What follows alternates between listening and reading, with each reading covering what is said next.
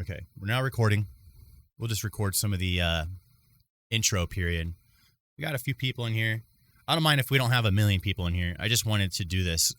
There's two reasons why I'm doing this lecture. One is because I'm a partner Discord and we got access to this events feature, so I just wanted to test it out. Two, the best thing I could test this out on is doing a lecture for streamers, because I've done over 500 one-on-one meetings with streamers, minimum 30 minutes. Usually I do like 45 to an hour with each one. So it's just a lot of hours I've spent talking to streamers about content creation, mostly streamers, but I always try and talk about content instead of just streaming, because they're two different things. Streaming is one part of content creation. Content creation as a whole is so much more to think about. It's more of a business.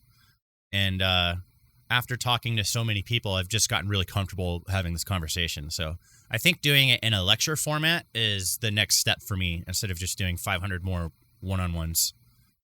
So again, people can do one-on-ones with me that are on the stream team. You just have to reach the legendary chat rank. That's my new requirement. After I hit 500, I was like, you know what? I need to like tighten this up a little bit. All right, so we'll be starting in a couple minutes, just giving people a little bit more time to show up. All right, so it's supposed to start 10 or 8 minutes ago. I wanted to get – people are always late to stuff, you know. It's just the way it is. It's okay. So we're going to give them some time. And again, if anyone is new in the chat room, we have a chat at the top of Discord called Lecture Chat. So if you want to type stuff while I'm talking, I could read it, or you could talk amongst yourselves, ask any questions. I'll answer any questions people have today. So I have a ton of stuff. I have so much stuff on my list of things to talk about.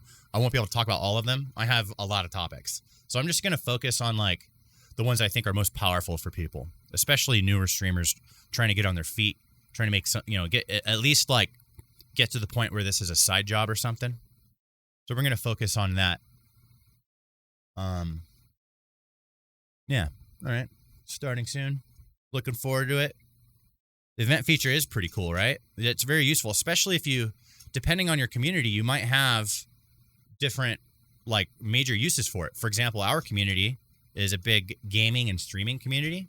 So we can do gaming events. We can do lectures for creators.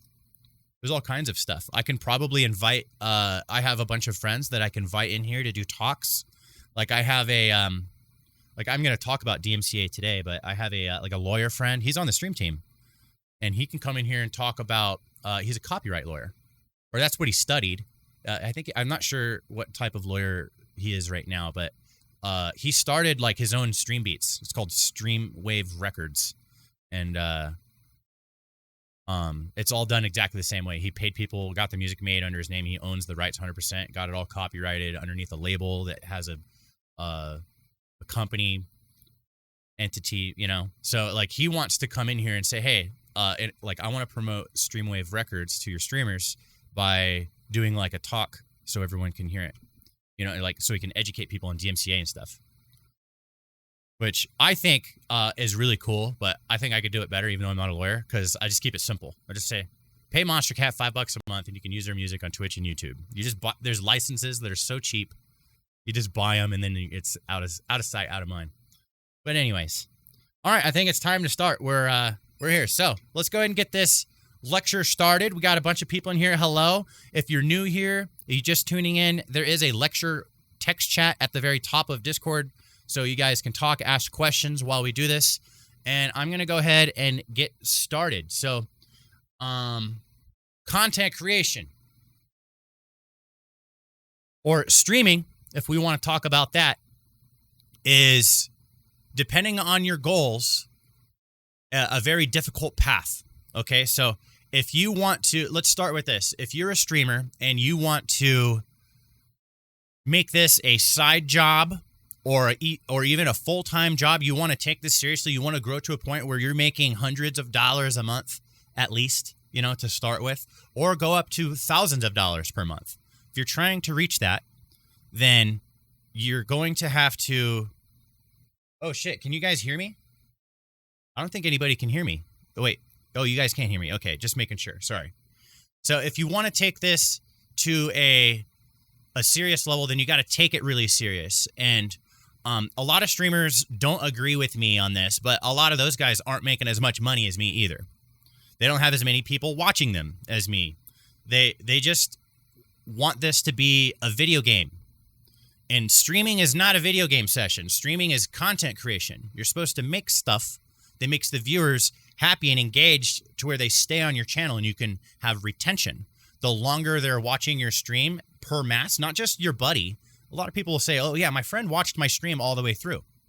Well, what about everyone else? Did they watch your stream all the way through? So that's kind of what we're working with here. So everything that, if you're trying to do this professionally to some degree, everything you do needs to be kind of calculated, and you need to be taking it serious and measuring it. Like as if you're starting a company, okay? Starting a stream and getting people to watch you and love you and be interested in what you're doing next is very difficult, but it's not impossible.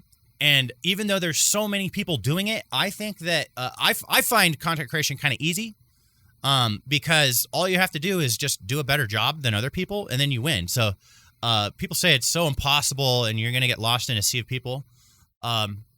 If you're doing a really bad job at trying to get noticed, then yeah, it's, but if you do even just a little bit of a good job, let's say you just do a tiniest amount, you're going to start standing out. Let's say you're like affiliate level viewership, 3 or less or something, right? Well, if you're doing a better job, just a little bit, maybe there's something about your stream that just captivates people just a tiny bit more than some other guy that just whipped it up and is playing a video game, then you're going to see a difference right away, instantly, without any, like, people think that the thing that they're missing on their stream is exposure. Let's talk about that for a second. But it's not. You're not going to get exposure if your stream is boring or if your content is boring, just to be real, okay? So without any, like, clout from off-platform or help from somebody or a raid or anything like that, just by pure going online on Twitch, nobody knows who you are. If you start doing a really good job, you're going to notice more viewers, because even if your stream is bad and your content is bad for now, because, we always think in the future, I used to suck at this. I still think I kind of suck at this. To be real, I'm always pushing myself. I'm never happy. But if you start right away and you start making something that's good, there's people that click streams. At the end of your stream, you could see how many people clicked it. You could see. It tells you those metrics. It measures them. So if your stream is good, the amount of people that clicked it will stay. So let's say 12 people clicked your stream throughout, your 2 hours that you were live, but your average viewers was 0, right? But then someone else, the same exact amount of clicks, their stream is way more interesting, and they had 12 people click it. Their average viewers might be like 4 or 5, because like people couldn't click away. You didn't allow them to as the creator. That's your job. You're supposed to touch their soul, their heart, whatever you want to call it, through the power of your camera and your microphone. I keep forgetting to look into mine. I'm recording this right now. So I'm looking into my camera right now as I said that, because I was thinking about it. The more you look into the camera and you talk into the microphone, it has a more impactful feel. If anyone watches this video afterwards, you could see, like, I was looking at my notes when I was talking, and then when I started talking about looking into the camera, you could feel a shift in that. But by looking into it and having something to say that people want to hear, or there's something about you that it's magnetizing. That's the word I want to say. All right, you got to be magnetic to the viewers. So it could start right away, but it all depends on the performance. If you're a streamer, streaming specifically, not content creation, but streaming is gig work. So you're live and you're trying to get tips while you're live. And if you think like anything that you've ever attended that has a gig worker, like a bartender or whoever, like the people that are the most likable, or there's something about them is just compelling, they make more tips at the end of the night compared to the other people. Maybe someone who hates their life and they're sitting there just pouring drinks all night and they hate everyone and they don't say anything nice. They're not like asking people stuff or whatever. And at the end of the night, their net tip earnings is going to be less than the guy that had charisma. So that's the that's kind of the intro of the stream today, and that's what I like my lectures to be about. Is it's about effort and merit. I do not believe that Twitch is a luck-based system. Let's talk about luck for a second. Luck is a good thing to get. It happens to you. But you get lucky more often if you're doing a good job. If you're doing a bad job, you're going to get lucky way less often. So I believe in luck to a point, yeah, but I also believe that it's manufactured based off of your efforts. So it just comes across your way the better you are at this. But don't depend on luck. You have to have a plan of attack. So let's talk about that, having a plan. This is the thing that I tell streamers most. Before you go live or before you're making any type of content, don't just wing it. I'll give you an example. I think it was yesterday I was talking to a streamer about making some video content and talking about streaming and stuff. And he wants to do some videos for Pokemon Unite, but he doesn't know exactly what they are. So what he did is he just started recording his gameplay. But he doesn't really have like a direction to go in. He was just like recording gameplay and then he was going to like make a video out of it. And I'm like, well, what's the idea though? What's the plan? What's the purpose, right? What are you recording exactly? And he realized, he's like, oh yeah, I'm just kind of aimlessly recording stuff without any plan in mind. So if you develop a plan before the stream, if you put together a plan, it will, even if it doesn't go as planned, at least you had a plan. Even if it's a bad plan, you had a plan. But if you have a plan, then you can focus what you're actually trying to do, and then the end product of what you've produced is going to be a lot better and more interesting for people to consume because you thought it through and you went through your step-by-step plan. You know, like I told him, if you want to, like, he's like, well, I kind of want to talk about like the meta of a certain character. I'm like, okay. He says like Gengar and Pokemon Unite, everyone says that he's OP, but he disagrees. And he has some thoughts on that disagreement. I'm like, have you written any of that down? And like, almost like it's an article, like almost like write out an article. That would be your script and your plan. And he's like, no, I haven't. And I'm like, well, if you did that, then all your thoughts would be in front of you in a neat package. Kind of like I have my notes for this lecture. I prepared this lecture. It only took me a little bit of time.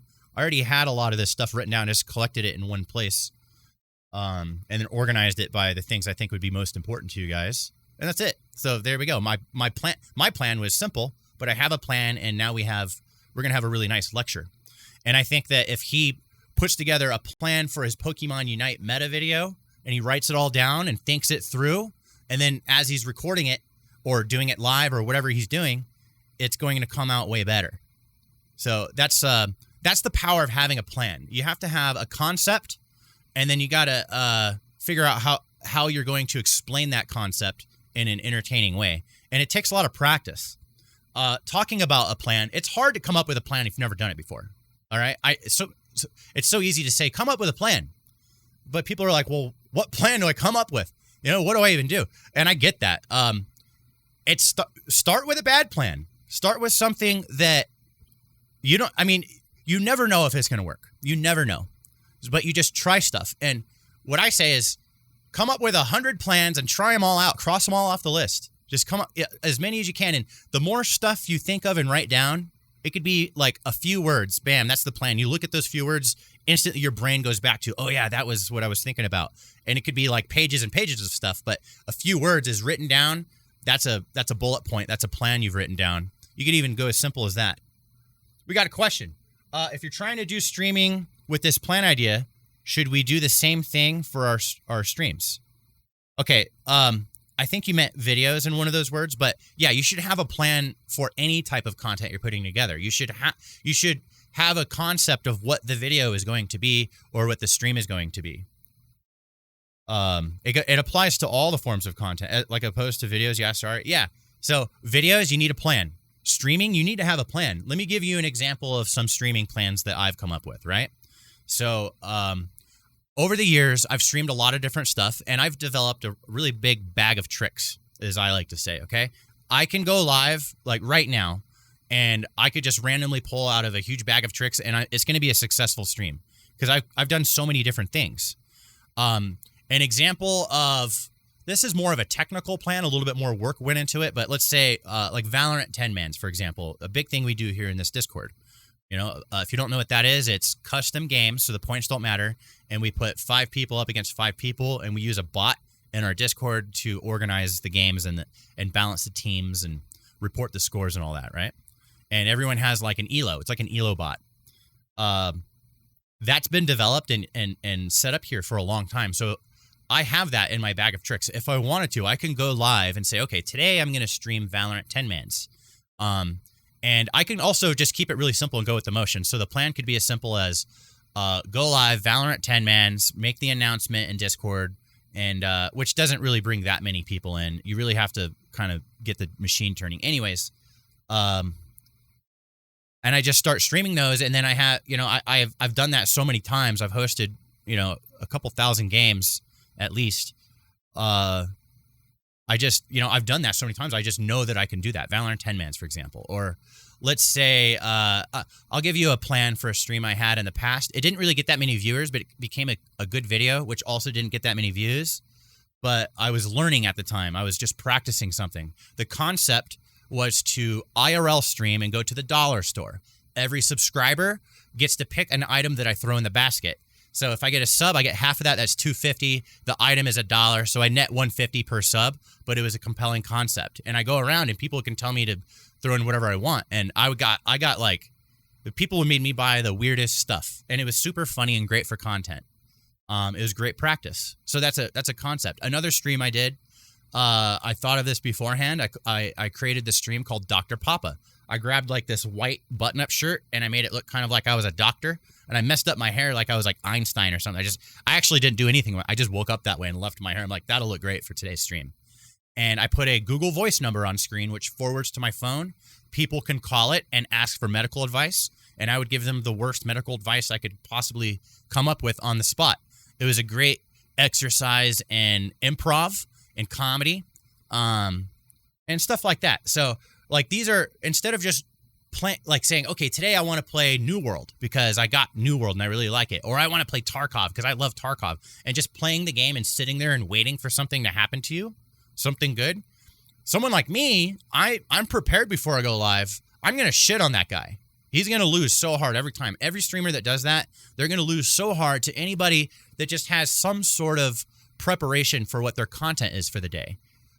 And when you're preparing something, you want to ask yourself, why would anybody want to watch this? Why would this matter to them? What's the concept here? Okay? And if you can answer that, then your plan will really start coming together. And it could be anything. You know what? Let's talk about ideas, because a plan requires an idea, right? Well, let's say you don't have any ideas.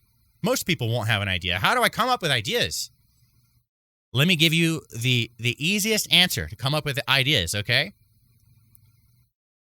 I like to explain this in an analogy form.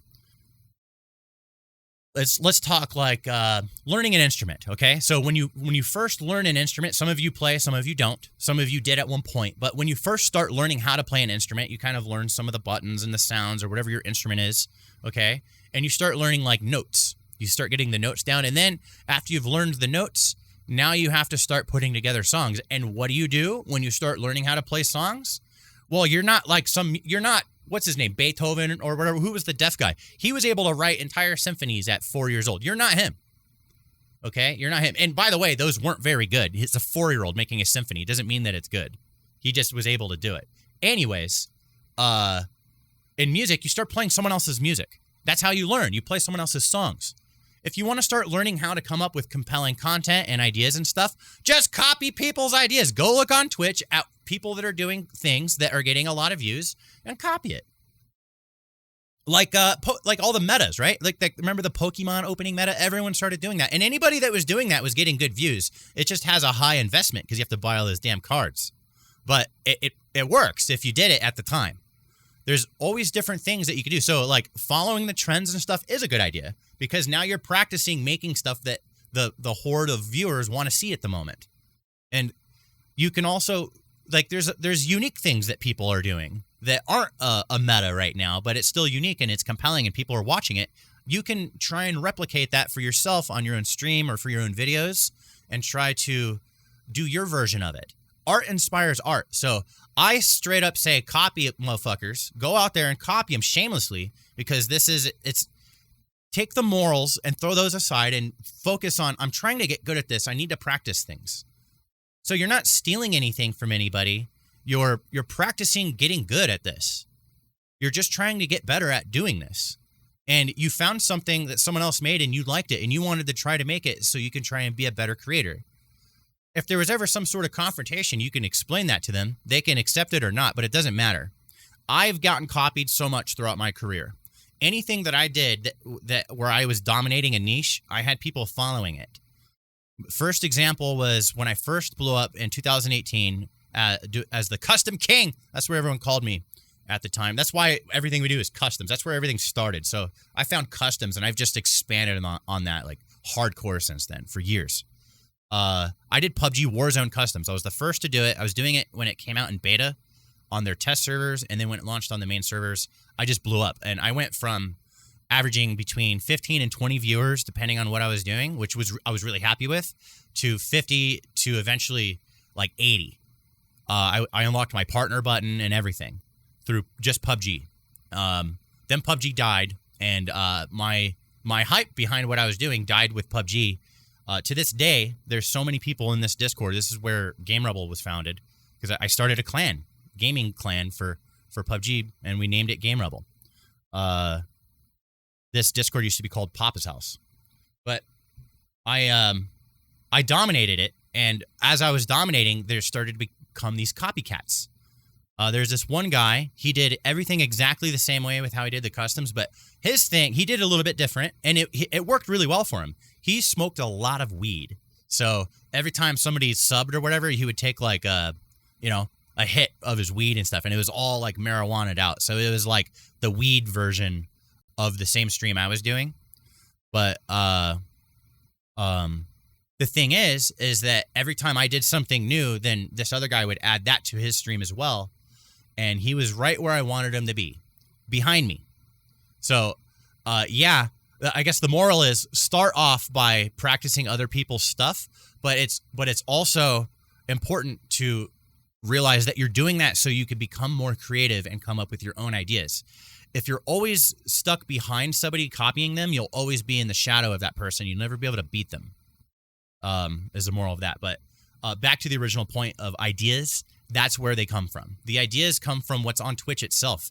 You don't have to be some genius inventor that invents all this unique stuff. And like, what makes you unique? What makes you unique is that you found something someone was doing on Twitch and then you added it to your channel. That's what makes you unique, really. All right. All the viewers coming into your channel, they're not going to know who that other guy was. They have no idea. So you just do it your way. And the more you do that over time, the better you get at it. Let's see. Do we have any other subjects? When you go live, what are the steps you take during the startup or beforehand? Tweeting, posting about going live? Well, I don't really have a big Twitter audience. I have like 1,000 something on my Twitter. I don't know exactly what it's at. But one thing I will say is my engagement is really low. If I promote something on my Twitter, like a YouTube video or a stream or something, hardly anybody actually clicks that or engages it. Okay, the engagements are really low. If I post like a meme or like a witty thought or something, or like go hard on something with an opinion or whatever, that's when the engagement is higher. So Twitter is not really an advertising board. And if you tweet it or if you treat it as such, then your Twitter is just going to be full of a bunch of self-promotion, right? Because like no one's going to ban you for self-promoting on your own shit, right? But people aren't going to click it either because it's just a bunch of spam. That they get used to you just being the spammer guy instead of being. Twitter is supposed to be a place where you want people to follow you and hear what you have to say, not where they're like, "Ooh, I wonder when he's going to tell me I go live." So I know I kind of got off track about Twitter, but my process before I go live, I have a little bit of a technical stream here. So I have, depending on what I'm doing, I have 3 PCs I could fire up to do stuff. So I can have 2 gaming PCs. For example, I could do Warzone, and then I can have 2 different perspectives of my Warzone tournament. My main gaming PC and my second gaming PC, and those both feed into the stream PC. and I have a bunch of cameras everywhere. So it takes me a little bit to set up. I also stream on both Twitch and YouTube at the same time. I know someone asked about that before. Setting up on YouTube takes way longer than Twitch because you have to make a thumbnail, you have to come up with your title and your description, and those are incredibly important, more important than the stream itself because that's how you get people to click. So all that takes time, and you got to set up the dual chats and stuff. So it's for me, it's a little bit of a process, and also aside from the technical side of things, I also have to know what I'm doing that day that people want. What am I doing that people actually want? Because people aren't just going to join just because of me. Some people will because they've been watching me for many years, okay? Those people will show up no matter what I'm doing. They don't give a fuck. But I'm not thinking about them. I'm thinking about new people. Why would new people who've never heard of me before, who hear of me for a brief second, and they're like, that's dope, I want to check that out. That's, before I go live, I always have that answer. Why would a new person be compelled to hit the follow button and stick around and come back tomorrow? So it takes me a lot longer to start a stream than someone else. I don't just whip it up and throw some stuff on. I have done that, and I have been successful with that, but it's because I'm pulling from an idea I already proved that works. So like I said, I go to my bag of tricks. I can pull out an idea that I know works. I've done it 100 times, and I can just do any of those. And yeah, sure, so that's a little bit faster. But before I had that bag of tricks, I spent a lot of time trying to figure out, why would new people want this? Do you need a huge setup when you first start Twitch or something? I was AFK, so I missed this. I didn't cover that, and that's a good question. So let's talk about equipment. All these questions are all in my notes, by the way. I have them already. I've been asked all these questions so many times. I've answered them so many times. So I'm happy to answer these. I've got good answers. So what you should do, okay, here's my personal advice. There's a lot of different advice, a lot of different whatever. If you're like super rich or something, then buy whatever you want, okay? If you're not a rich person and you can't it's painful to buy any of this stuff, what you want to do is buy the cheapest stuff you can that will get you by, okay? So you want to get a used webcam. You don't need a Stream Deck. That's a luxury item, okay? But all we need, and all the viewers truly care about, is if they can see and hear you clearly. Okay, so if you have a mediocre webcam and you use a headset mic that you already have, and you get like some light that's sitting in your garage and put it behind the camera and light yourself up, lighting is important. You're good. You're gonna look good. They can hear you, and make sure you don't have like really shit internet so your stream's not cutting out. What they want is a smooth experience where they can see and hear you clearly. No cutting out, no rendering lag, no internet lag, none of those issues. Okay? That's the bare minimum requirement right there. You don't need anything pro. All right. For years, I used a Blue Yeti. It was a good one. It was a white one. I liked it. It was really cool. But that mic is nothing on the mic I use now, and people don't care. All right. Like I have the craziest setup. I have all this stuff. I have 1, 2, 3, 4, 5, 6, 7, 8 monitors for one stream between 3 computers. They're all connected, and I have all these capabilities. Over the years, I've come up with so many crazy gimmicks and tricks and things. I used to have a whole Dr. Disrespect setup because I thought it was so cool. My green screen had a camera on the other side of it. It was a dual-sided green screen. I had to make it 3 layers thick so the lights don't shine through. I'd walk to the other side of the green screen after switching scenes, and I could walk into any environment I wanted, just like Dr. Disrespect. I used to have the Game Rebel pub. I made a bar and stuff. I'd go in there, and I had props, like prop bottles of booze and stuff. Cheers, everybody. Thank you very much for the 50 gift subs, blah, blah, blah, stuff like that. I used to do that, and nobody cared. So after going through all this effort and setting up all this technical stuff, spending all this money, now what I do is I keep my streams really simple. There's not really much to look at. They still look great. I make them look great even though they're simple, but I don't have as many effects and crazy stuff as I used to have. And what I've learned, what's way more important, this is the big point here. What's more important than having a huge setup is having a compelling personality or compelling, something about you is interesting. Like the performance, okay? Okay, here's my analogy here. If you, I like to talk about Jim Carrey or Robin Williams or something. Those are some of my favorite comedians. Or Kevin Hart, he's really funny. He's a newer guy. Give Kevin Hart a microphone and a camera, and he will do his thing. And you watch him and you're entertained. He doesn't need a video game. He doesn't need a computer. He could just use his phone and make a TikTok. He does these TikToks. He's like, hello, TikTok. I'm Kevin Hart, so I have to be on everything. So I have to make TikToks. So here's your TikTok. Hey, here's my random friend next to me. Say something for the TikTok. And the way he just says it, he's like, get on the TikTok. Right? He says it in a certain, and the way he's just saying these simple things, it's not even that interesting, but it's interesting because he's Kevin Hart and he's so good at it. That's the most important piece of equipment you need for your stream is that. All you need to be a pro streamer and make a ton of money is a phone. That's all you need. And then you do stuff to the phone. Well, that's the wrong way of saying it. You do stuff in front of the phone that where the other people on the other end, they feel funny on the inside. You're making them feel something. They're tingling because they're entertained. So it's the performance in the person that's most important. All you need is the most bare bones equipment. Another example on that, I was on this one site, DLive, one time when it first came out. I was just checking it out. A lot of streamers went and checked it out at the time because PewDiePie got signed exclusively over there, and he was going to give away a ton of money. And it was their ploy to try and get a ton of streamers on the platform. So I went over there to go check it out, and I saw this one streamer, and I don't remember.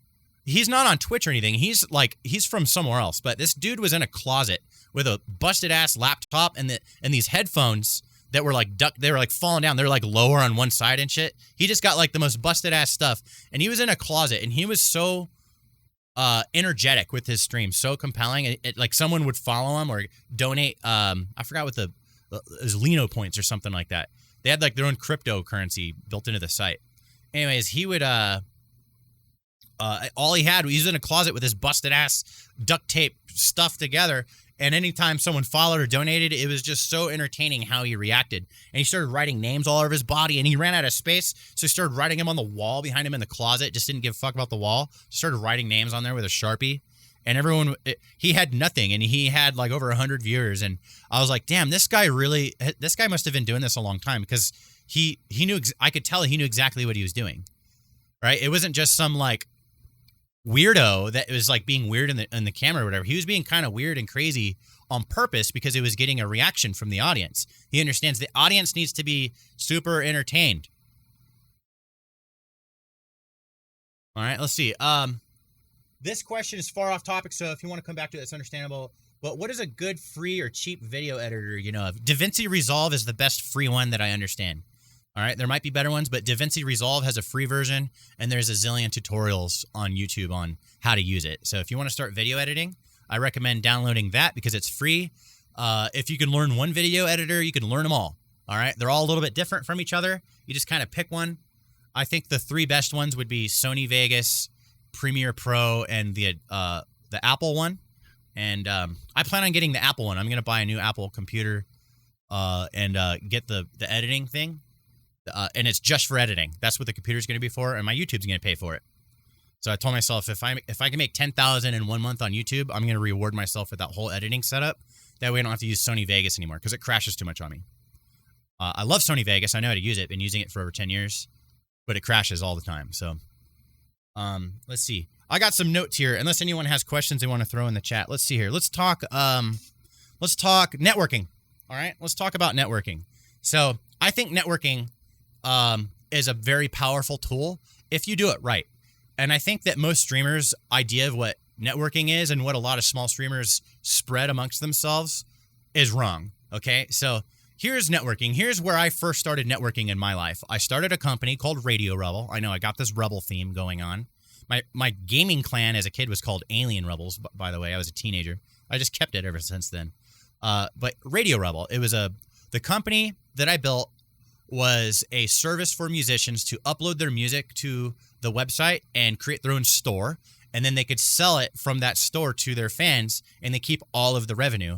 The way we made money was through subscriptions, and if you subscribe, then you get more space, right? So you start off with like a free amount of space, and then you get more space to sell your stuff, and you keep all the profits. So it's kind of like a swap meet. You just kind of pay for your spot, and then you keep everything you earn. And I coined it the world's first free-to-sell platform. It's a really good model. It could be applied to all kinds of products, not just music. I plan on doing it with physical products someday if I can get enough money to start up with, because I'm not going to bootstrap it. Speaking of bootstrapping, I had to raise money for this company. We built the website. We had like 10,000 bands on the site, and it was breaking all the time, super buggy, and there was only 2 of us. And we needed more people to help, but it's hard to get people to help if you're not paying them anything, right? So there's me and my co-founder that were willing to work on this site and keep it going and patch it up and stuff, but we needed money. And I built the whole company to that point, basically in my underwear, like from a couch on a laptop. And now I needed to go outside and go to like events and ask people for money and stuff. So I started going to events where there was other people with their companies that they were founding, and where there was angel investors and just different good people to know, where if they point you in the right direction, you can get the money. That's networking. Okay. That's where, and when it comes to streaming, okay, I'll tell you what networking isn't. Networking isn't meeting a ton of small streamers that have nothing to offer you. That's not networking. Networking and streaming is like what we're doing right now. Knowing me, that's networking. Knowing me and talking to me and getting information from me, that's networking. I have something to offer you. I have information. I can make you understand this world better. Now you've networked with somebody. Or maybe another, if you want to know the meta, one of the metas of Twitch would be get in with a bigger streamer and get on their stream with them. That's it. And the best way to do that, the best way to, and I call that networking up. The best way to network up is to have something that you can offer that big streamer that makes them more likely to say yes. I'll give you an example that I saw. I love giving examples because it really grounds what I'm saying, right? So there's this old friend of mine on Twitch. His name's the Bear Jew. I love using him as an example. He changed his name to Grizz, but he used to be called the Bear Jew because he liked the Quentin Tarantino movie. And he's Jewish, and there's the Bear Jew. He's this big badass guy. Every time someone would sub, it would play that song, bum, bum, bum, bum, bum, and he'd show the video of the guy coming out with a bat. He's about to beat the Nazi's head in. Anyways, PUBG is the game that he played. He still plays it to this day. He's one of the bigger streamers in there now.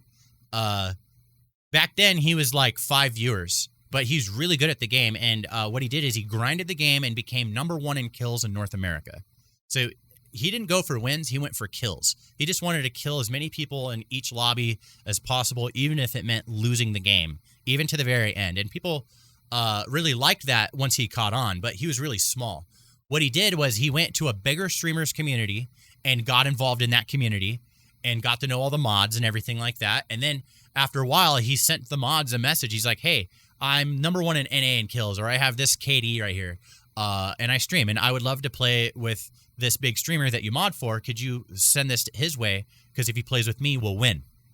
We'll get a ton of kills and get a lot of good footage for the viewers. So he had something of huge value to offer a bigger streamer, a lot of kills and great gameplay. So they're going to get more wins, which makes them look better for the audience. So yeah, he got his shot. And what did he do when he got in with those streamers? They started winning. And then they're like, well, why don't you come on around again next time? That's networking up. There's a raw, real-life example of how you network up and get to know people. You have to have something to offer. If you don't have anything to offer, you're going to have a really hard time. Okay, so again, it's all this is all merit-based. Okay, to simplify content creation, if you are good at this, if you're good at understanding this world and how to play it, then you will win. If you're hoping to get lucky, you will lose. Luck, you can be doing a bad job and you get lucky. You can. But then that luck runs out. Let's say you're doing a bad job. And when I say a bad job, you're doing mediocre streams. You're just some dude gaming, playing some game, whatever game, okay? And you're just there. And then Shroud comes and hosts you, 40,000 viewers. It's going to be the best day of your life on Twitch. Yes. But what about tomorrow? You didn't really blow their freaking minds because you're not good at it yet. So that's not a lot of people are like thinking, oh, that's the big break I need. If only I get rated by Shroud, then I'll always have like 100 viewers. No, not if you suck. If you suck, they will leave. That's it. It's called a bounce rate. It's very technical, very simple. It's measured in analytics. There's I don't know if Twitch has this. On YouTube streams, you can measure the average watch time per viewer. And that tells you everything. Even if you get a big raid and you have a low average watch time, that means everyone left. And they didn't like it. let's see here. I've got some more. So that's my thoughts on networking. Okay, so networking. If you're networking with a bunch of small, thirsty streamers that have nothing to offer, you're just wasting your damn time. The more time you spend doing all that nonsense, the less time you spend focusing on how you're going to beat all those assholes. Okay, that's the way I look at it. I mean, making friends is fine, but they don't have anything to offer you.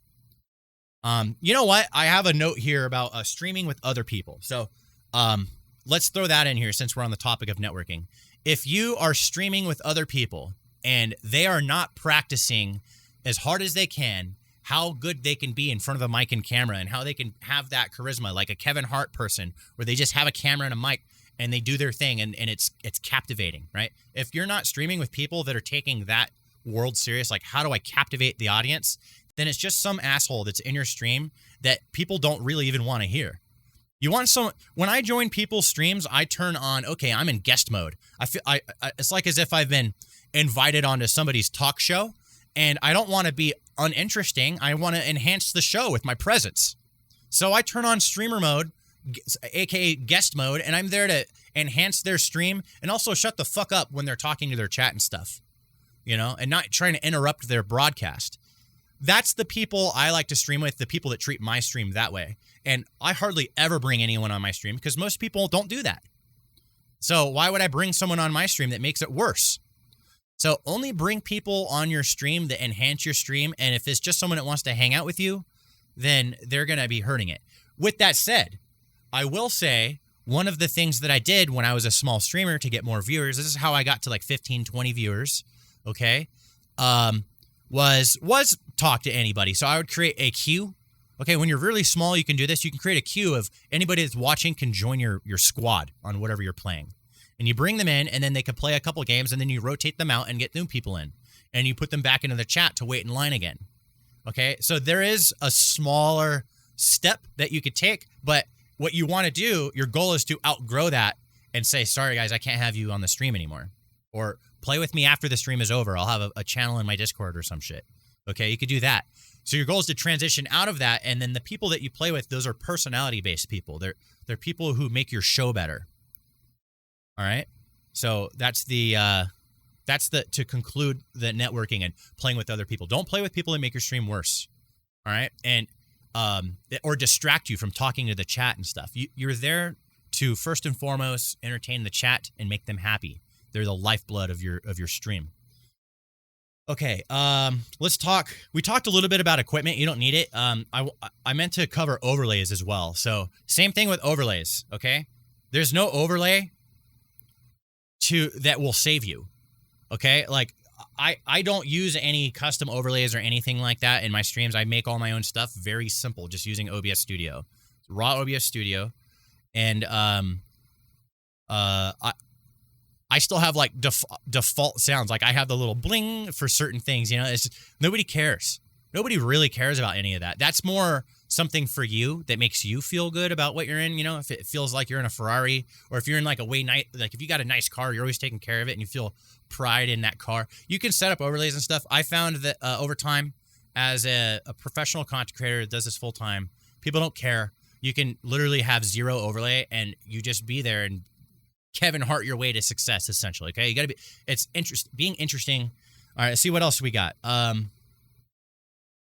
Okay, let's talk about the difference between having an audience and cultivating one. Now, you'll see a lot of big streamers. I see some of your questions as well. There's a lot of big streamers that they don't seem like they do anything at all. Maybe they just sit there and react to YouTube videos, right? And then someone would ask, "How is this guy popular?" He's already popular because he did a bunch of legendary stuff that you haven't done for yourself yet, and now he has the luxury of just sitting there. So he already cultivated an audience, and now he gets to lay back and enjoy it if he wants. If he wants to get bigger than he currently is, then he's going to have to go back to the old ways and start coming up with compelling reasons to get new viewers to join him. Okay, so if you don't have this massive audience, you can't just do the lazy things that bigger streamers can do because you haven't built one yet. So you have to build an audience first before you can do that. So I notice a lot of streamers make that mistake. They look at a big streamer and they try and do everything. Like they would follow advice that I would give, and they look at a big streamer and try and replicate what they're doing, but they picked the wrong one. They picked the wrong big streamer because that guy's not in building mode right now. He's in just chill mode. He's just enjoying what he's built. And then they try and replicate that and act like it. Like, even when they get a follow, they won't even acknowledge it or whatever. It's like, bro, if you get a follow, that, like, see, in cultivation mode, instead of just chilling mode, a follow is the sweetest, most important thing you can get as a streamer. That's someone deciding to follow what you're doing. And you have to earn those one at a time. So even to this day, I think I'm at 21,000 followers on Twitch. You know, I'll just like, I'll do an example. Jajus! Welcome to the Big Pee-Pee Club. Thank you very much for hitting the follow button. Best follow you've ever done in your entire life. Guarantee it. All right? Watch and you'll see for yourself why that was a good follow. You'll never unfollow, okay? And in fact, you're probably going to be watching for a bit today. All right? Like, I don't know. I just like, I'll do it like that. Big Pee-Pee Club, you know, you call it something. So I like to have, like, you got a big pee, if you got a big pee-pee, follow the stream. If you don't got a big pee-pee, follow the stream and you'll get one. Someone asked, what's the best way to make thumbnails? With a lot of practice. Use whatever you want. If you want to buy Photoshop, that's what I use. You can use Photoshop. If there's a program called GIMP, it's like Photoshop, but it's free and open source. You can download that. And the best way to make thumbnails is by going on Google or on YouTube and searching how to make good thumbnails. That's it, right? And look at all the thumbnails that the YouTube video is getting the most views. Look at how they look like. Look at how like little stuff they have. They're all very simple. They're usually really simple. They're not complicated, but it's a lot of practice and study. So just go study by going on YouTube and search. That's how I did it. I used to make thumbnails. They're so chaotic. They look like my desk. Too many things on it, and they need to be put away, right? My thumbnails looked the same way, and then I started simplifying them. I did A and B testing. Use one thumbnail, and then you switch to the other and see what the CTR is. That would be the click-through rate. If the CTR goes down because that's a bad thumbnail, use the other one. If it goes up, then that's the right one. So that's my quick answer to thumbnails. It's a lot of practice, and it's creative. You gotta practice your creativity. Speaking of creativity is the core behind everything. Okay, so with streaming, creativity, and just content creation in general, like you have to be a creative entrepreneur. That's really what the job requires of you. You're running a company, but you also have to create all the art and stuff. So like going to some artist on Twitch that's grinding, trying to find streamers and make money off of them, and then they all just get the same damn thumbnails. Like, everyone has a hype thumbnail. Why should you have a hype thumbnail if everyone has a fucking hype thumbnail? You know what I mean? So, not thumbnail. I mean emote. The emotes, right? These emotes. So, like, learn how to make your own emotes. Learn how to make your own logo. And your logos don't have to be that complicated. Learn how to make everything for yourself. Use the GIMP for free or Photoshop, whatever you want to use. Being creative, it's so important. The more you give that job to someone else and you're like, I don't know how to edit. I don't know how to make my own promotional thumbnails or whatever, or anything that I would possibly need. I don't know how to do any of that. If you don't know how, then you're selling yourself short. All these, like, so many big creators, they had to make all their stuff themselves. All right. Let's see. I've got some more notes here. One thing I want to say is this one stings for a lot of people, but nothing is owed to you on Twitch or in content creation in general. Just because you've been doing this for years doesn't mean you deserve anybody to watch you. There's some people that have been doing this for years, and they never questioned why should people watch me, and push themselves every time they're making content to try and make it better, and they never analyze why something didn't work, and they don't figure out those answers. So the people that do question their content and why people aren't engaging it and why it's not getting views, and try and figure out what they can do to make it better over time, just incremental improvements over time, those people, they get viewers. People watch them. They earn them. Okay? This isn't a tenure-based system like in education, okay? The longer you're a teacher, the more money you make. This doesn't work that way. This is a merit-based system. If you suck, no one will ever watch you. If you never make yourself not suck, they will never watch you. You just have to get good. That's it. It's basically like ranked. It's like ranked mode in a game, okay? You just because you played the game for 5 years doesn't mean you're the highest rank in the game.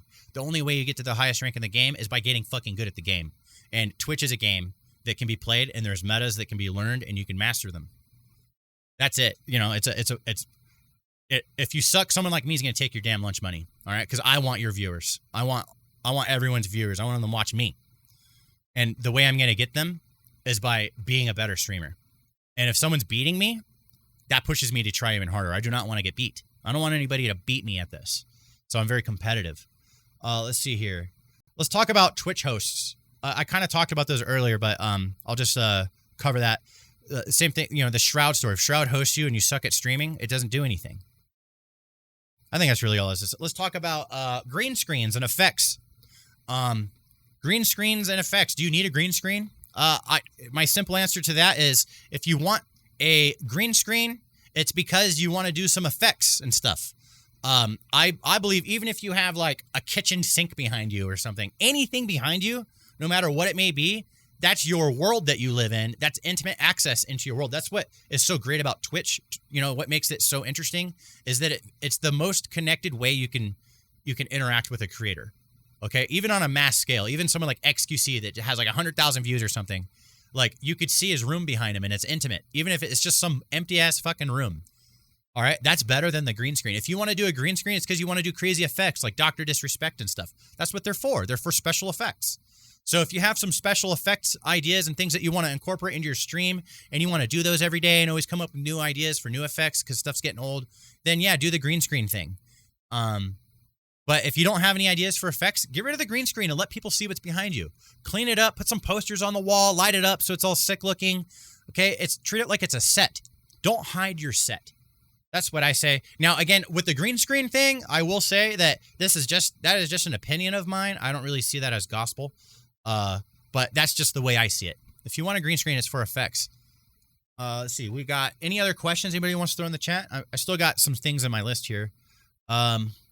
Okay, this one's a real one. Let's get real for a second. Let's talk about the unfair reality of streaming and time. Okay? Streaming is out of all the content creation platforms, requires the most time and has the lowest yield. Okay? So that means you have to put in more work for less on Twitch. And the unfair advantage is that people that really want to do this, the people that have all the time in the world to stream, they can stream 8 hours a day and they don't like lose their home or get kicked out, or they can eat. They have everything they need, but they can still do this. Like me, I sold a company before I decided to go full time. I have all the money in the world that I would ever need for streaming. I'm very comfortable. I don't have to worry about it. Okay, that is a huge advantage over someone who has a family and they have a job and they can only stream a couple hours like every other day or something like that. Like I'm gonna shit on that guy if I go in as hard as I used to. Like I streamed one day last week. I mostly make YouTube videos now, but if I stream like I used to, which would be like 8 hours a day, 5 days a week, essentially, I would shit on so many people. And I used to do that. When I was most successful at Twitch is when I was able to put in all that time. I have, I'm going to check right now what my hours are on Twitch. I'll tell you how many hours live I have. I have 4,247 hours live on Twitch throughout my entire career. That's nothing on some of these really big streamers that stream every day without missing a day for like 12 plus hours. But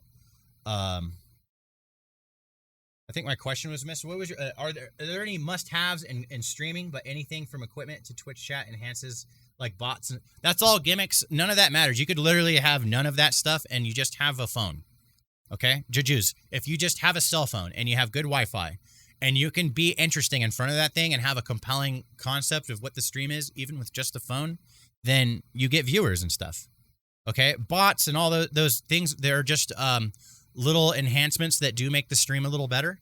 I've done a lot of those. Like I used to have this giveaway bot that I had custom made. It was actually, I called it a loot drop bot. So every 15 minutes, a random chatter in the chat would be selected to get a free game. And I would buy like 1,000 shitty games from some Russians and just load them up into the thing, and it would just dish them out. It cost me like $100 or something. Right, $100. I have 1,000 of them covered. That's going to last me for a while, and easy expense because I was making so much money on Twitch. Should you stream every day or should you upload a video daily? Well, it depends on your life. If you have a family and kids and you have a job and all these life responsibilities, you probably won't be able to stream every day or make a video every day. So it really depends. That's the what I was saying, the unfair advantage of people with time. If you have all the time in the world and you want to win at Twitch really hard, like, yeah, stream every day. Stream every day as much as you can and make sure you have a good idea for each stream. So when you're done streaming, then your job hasn't stopped. You're still working. You spend hours planning what this next stream for tomorrow is going to be, and you got to develop it, have it ready to go, make sure it's all tested and ready. You run your tests, and so that way when you go live, you're not sitting there fucking with everything, trying to keep it working. You already did that. You're prepared.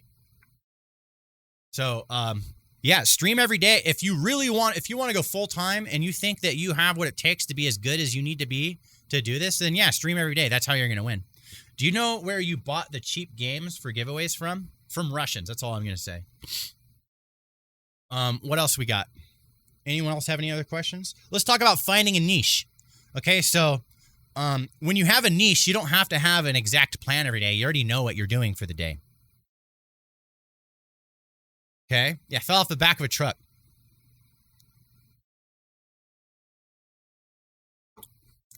Red Bull is delicious. Okay, so finding a niche. Here's how you find a niche. You don't know, how do I find what I'm going to do? By trying a zillion ideas, okay? So you just go, every time you go live, you have something new that, if it wasn't really working out before, then you're just trying something new. You don't ever get stuck doing something, the same thing forever. Like, let's say you stream Apex, and you're just like you're not growing. You're getting like a follower an hour or less, right? Like you want to get like a bunch of followers per hour. I think my average is like 25 per hour. So if I do 4 hours, I get 100 followers per stream.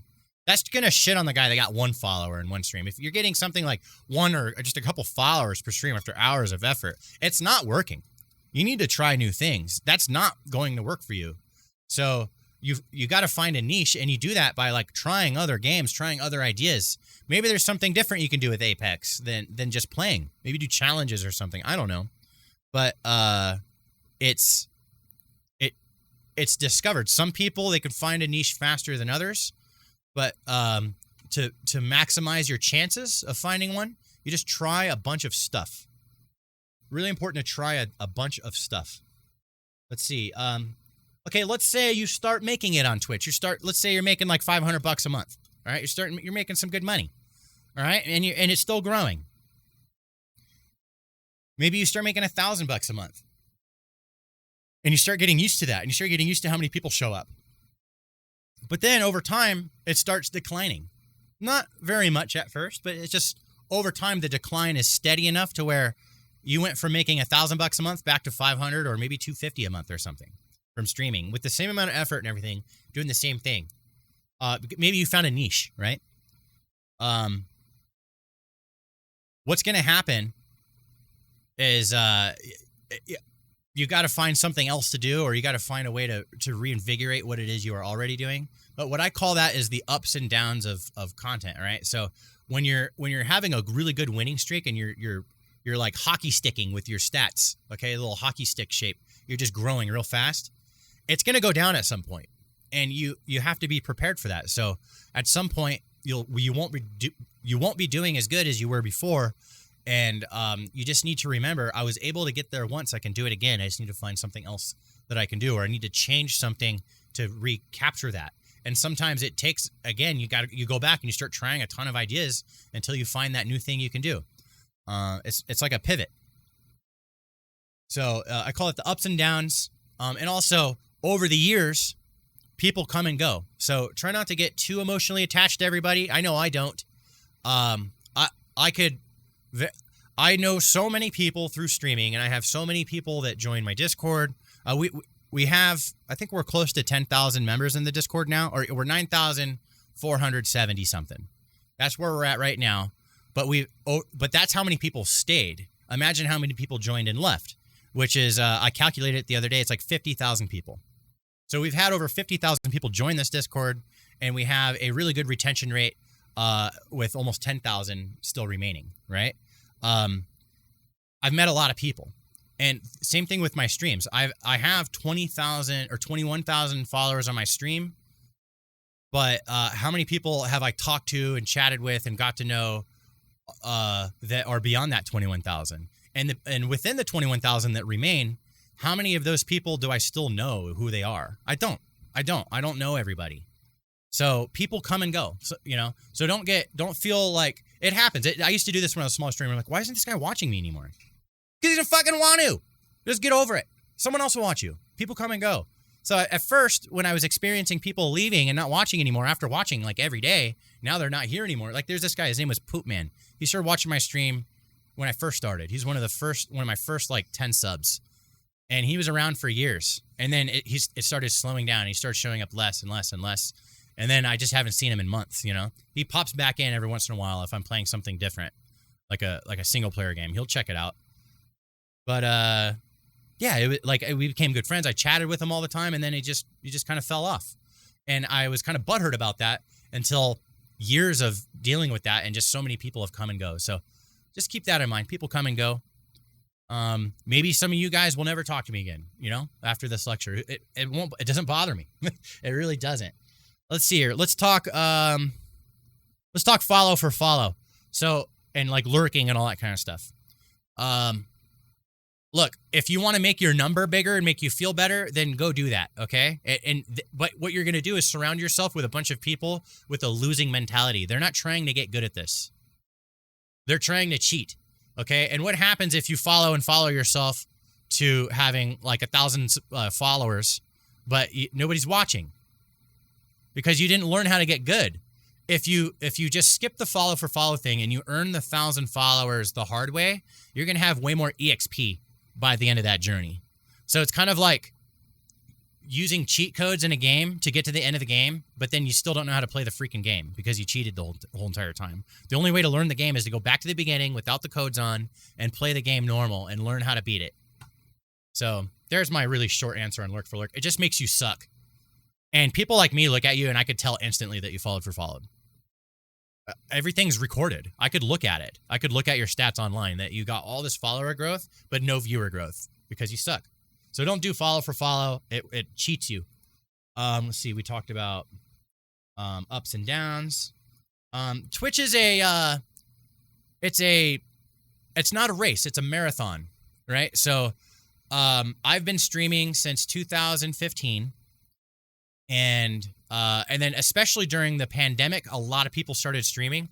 A lot of these people I talked to and tried to help during the pandemic for streaming. The pandemic has kind of calmed down and they had to go back to normal life and they couldn't keep streaming anymore. They were doing it because they're at home. So it's like, I see that question in the chat. So it's a marathon. If you can stick with it over the years and continue to adapt to the new meta that keeps coming out, so like back in the day you could just play a game and hang out and be friendly, and if people like you can start gathering viewers. That doesn't exist anymore. The bar has been pushed so far that what it requires of us to catch on is just so much more effort and stuff. So the longer you do this, the more the game changes and you have to stay up to date with the game. Kind of like a video game, how a competitive video game, over the years, the meta changes. If you leave a game for years and then you come back, it's like a different game and you have to relearn it. So streaming's very similar. How do you feel about rating others for small streamers? I don't really care. It doesn't do anything for them. Whenever I rate a small streamer, everyone leaves because they suck and they're boring. So I don't really do it that often. Just to be real, dude. Most small streamers don't know what they're doing, and they're not going to entertain the audience the way they expect. Like, they just came from a really entertaining stream, and then you just take them to this mediocre stream. Their shit's all fucked up. They don't know how to talk to the chat. They have no idea how to handle it. They just leave. So, I mean, I don't really do it. I basically only exclusively raid or host people I work with within my circle. Right? So, like, let's say Underground, he's hosting Valorant 10-mans and he's still live when I'm going offline. I'm going to send my viewers over to him, even if they leave, right? Because he's not nearly as good at streaming as me. No offense to him. He's new. He's learning. He's getting better. I talk to him every day. But I'll host him because, like, we're working together. So I would say, like, if you want to do raiding and stuff like that, get a good old boys club going, okay? That's what I say. Fair, but I meant smaller streamers rating other smaller streamers. Like, should I, as 5 to 6 average viewer streamer, bother with rating others? Go for it, dude. It's only 5 or 6 viewers, bro. Like, you're not, like, losing anything. It's not like some big disappointment. These are, yeah, go ahead and do it. It's friendly. You know, it's okay. You could be competitive and still be friendly. All right. So go ahead, just raid them. You know, give a nod to other streamers. The feature is there. Use it. Use the feature. As a bigger streamer, or I wouldn't say bigger. I would say like more as a medium streamer. I just raid within my circles of people that I work with, so we can keep that in house. So I'm nodding to the people like we're exclusively on the same team. You know what I mean? Not like the regular stream team, but like the Gamerable partner people, like 3 to Best NA. He runs the Gamerable Minecraft server. He streams in the morning, so I can never raid him. Underground runs the Valorant 10-mans. I'll raid him. If anyone else was like took on and was like exclusively streaming something for Gamerable, I would raid them if they're on when I'm going offline. I would do it every single day. They would get it guaranteed. So that's how I do my raiding nowadays. But I used to just raid random people and stuff and make some friends. I used to have this before Twitch got rid of this. They blocked this now. But on the Game Rebel website, I wrote all the articles on that site. There's hundreds of articles. And one way I used to get viewers to myself was by putting my name, or not my name, but embedding my Twitch stream into each article. So I just had it kind of be automated. So if you open up an article on the Game Rebel website, you'll see my stream on the side there. And that would give me a bunch of viewers on my stream. And even when I'm offline, I would just have this huge list of people in my chat. All real people, real accounts. They're people reading their articles on my site. And they have Twitch accounts. And what I would do is I would raid those people to different streamers. And just give them some real viewers, you know? Give them something. Any other questions? We're kind of wrapping up here. We've been doing this for about an hour, so I don't want it to be too long. I feel like I covered a lot of stuff. Oh, you know what? One thing I want to talk about: what games should you stream? And we have a question in chat that says, what would get more followers, subs, videos or streams? Videos on YouTube. You're gonna get way more engagement that way. Yeah, YouTube has they're easily 10 plus years ahead in their content delivery AI. Twitch hasn't even started with that. Well, I guess they have. They have this thing where they're kind of randomly showing streams on the homepage now. They used to just show the biggest ones. Now they're trying to mix it up and have like recommended streams. But they're easily 10 plus years behind. So just because of how big Google is, they have the most advanced content delivery AI in the world. And they also have the most advanced advertisement AI delivery in the world as well. Like that nobody comes close to how good they are at it. They have so much money and they've spent on billions and billions and billions of dollars on this. They've spent more money on developing these tools than Twitch has ever made in its entire lifetime combined. Like that's how they're so far ahead. So yeah, easily you get way more views on YouTube if you make videos. As far as streams, not necessarily because their streaming side of things is smaller. But yeah, the way you do it on YouTube though is by learning it. Let's talk YouTube. So to in short explain how YouTube works, it's very similar to Twitch, except they have an AI that enhances it incredibly. If you make good stuff that people watch to the end, then the AI will recommend it to more people. If you make a video and it sucks and people turn it off right away, the AI will stop showing it to more people. That's the simple way of putting it. And another way of saying that, or to add to that, is you have to make good videos that people watch to the end. That's easier said than done. I'm still practicing that with every video. I'm practicing on my flow, my topics, my voice, everything I do. Like everything I do in my video, my editing tricks, everything combined is geared towards the science of maximum engagement. Okay? So the AI measures it this way. If 1,000 people watched your video and they all watched it like 60% of the way through, that's really, really good. That's a really good metric there. They're going to say, if we show it to 1,000 more people and it still gets 60% watch time, this is a good video. So what they're doing is they're measuring satisfaction. Okay? They're measuring how satisfied the viewer is. And that's the same concept with Twitch. If your stream is actually good and entertaining, they won't click off. They'll stay. You know, the majority will stay. If you have the majority staying for a long period of time, there's no AI on Twitch that's measuring that, but the the reward is that you just have more net viewers, and people's satisfaction level is higher than some shitty ass other streamer that doesn't know what the fuck they're doing. Everyone's just gonna leave that stream. They'll come to yours. Come to yours instead. You're better. So the thing I like about YouTube is that you can measure that. There's analytics on the back end for every video. They're very incredibly in depth, and they're always updating them and making them even crazier. It's so incredibly advanced. There's so much data there. You can see, like, okay, the average viewership of all the views so far is 1 minute and 24 seconds out of an 8-minute video. That video sucks. They didn't like it. And I've made plenty of those. I still do. But then I have some videos that are like, hey, the average view duration is 3 minutes and 45 seconds out of your 5-minute video. Now we're talking. And that video is going to get way more views. So the reason why I say it's easier on YouTube is because of those tools. You could see the results of how good your content is. So you can use those to grow yourself faster. I currently am growing faster on YouTube with less time on making my videos, and I make twice as much money as my peak on Twitch on YouTube. So I make more money, I'm growing faster, and I do less work.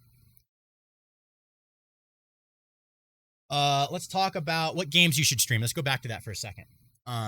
So if you want to talk about what games you should stream, what I do is I go, and if you guys want to follow along, you can do this. You go to Twitch, and then go to the browse channel and sort from high to low, okay? This is very simple. This is opposite of what most people will advise you. So just hear me out. My logic, I find it to be so simple, and it's like, okay, well, that makes sense. People like to overcomplicate stuff. So the number one category would be just chatting. It has almost 500, it's almost 500,000 viewers to one category itself, just chatting.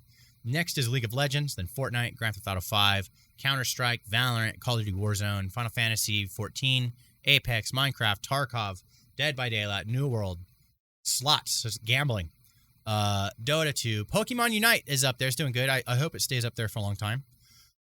Brawlhalla, someone big must be playing that. But what I'm trying to say here is that if you sort by most popular, think of every viewer on Twitch as having the right to vote, okay? And they are casting their vote by what they pick to watch. If you scroll way down and you go to some game from your childhood that you fucking love and you adore and you never want to, like, you wish you could just stream that game, but it has like less than 1,000 viewers, okay? And then the top streamer is like half of those or most of it. Like, here's Battlefield 1. Like, let's say, or, let's go to an older game. I'm scrolling down. Diablo 2. Let's say that you were just like, you're so into Diablo 2 and you never want to stop playing it, but it only has 700 viewers. There's not enough to go around. The people have voted that they don't want to watch that.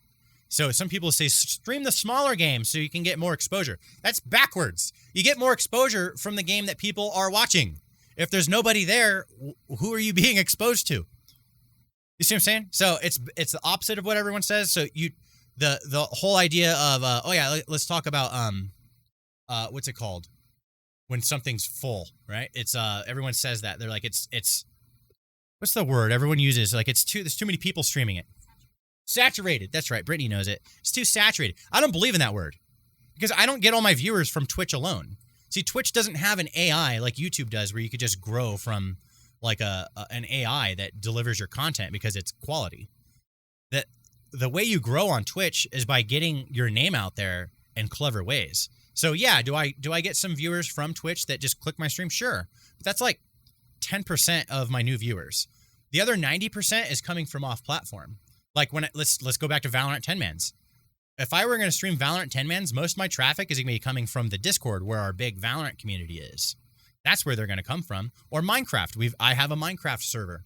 My viewers would come from that Minecraft server that I've built up. And then the players from the Minecraft server are going to come from like recruitment places where you get people to play on your server. And so this, let's say like Final Fantasy, the MMO, I would start a guild in that game and build up a huge ass guild. I would use every method I possibly find in game and out of game to get as many people to join that guild. And then me as the leader, I am going to let everyone know when the leader of the guild is streaming, and we're going to do stuff with the guild. The guild becomes your viewers. You see? So I don't believe in saturation. I believe in streaming the games that are popular because that's what people fucking want. It's not complicated. People overcomplicate. They're trying to find some angle, right? But if you go to a smaller game, you have smaller audience to expose yourself to. Yeah, okay, you might be higher up in the list, but if your only idea to get traffic is to like get lucky and then click on your stream from Twitch, someone like me is gonna shit on you every day. I keep saying that. There's smarter ways of doing this, and people are doing them, and they're going to beat you. Thought.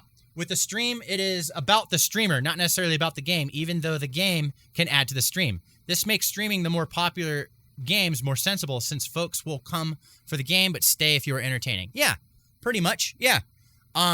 Especially if you have some sort of scheme. Like, okay, here's another example of how somebody did it, right? This is not growing on Twitch. This is growing off of Twitch. So a friend of mine, me and him used to stream a lot of Rocket League tournaments. That's where we met. We met in Rocket League, and I mean, I'm just gonna say it. I was the best at it. Nobody could stream Rocket League tournaments better than me. Nobody. All right. You want the best, highest octane, highest prized, but fastest, fullest filling motherfucking Rocket League tournaments. You follow PapaStanimus. That's the way I did it back then. I was competitive with him, but I was still friendly with this guy. His name's Giant Panda.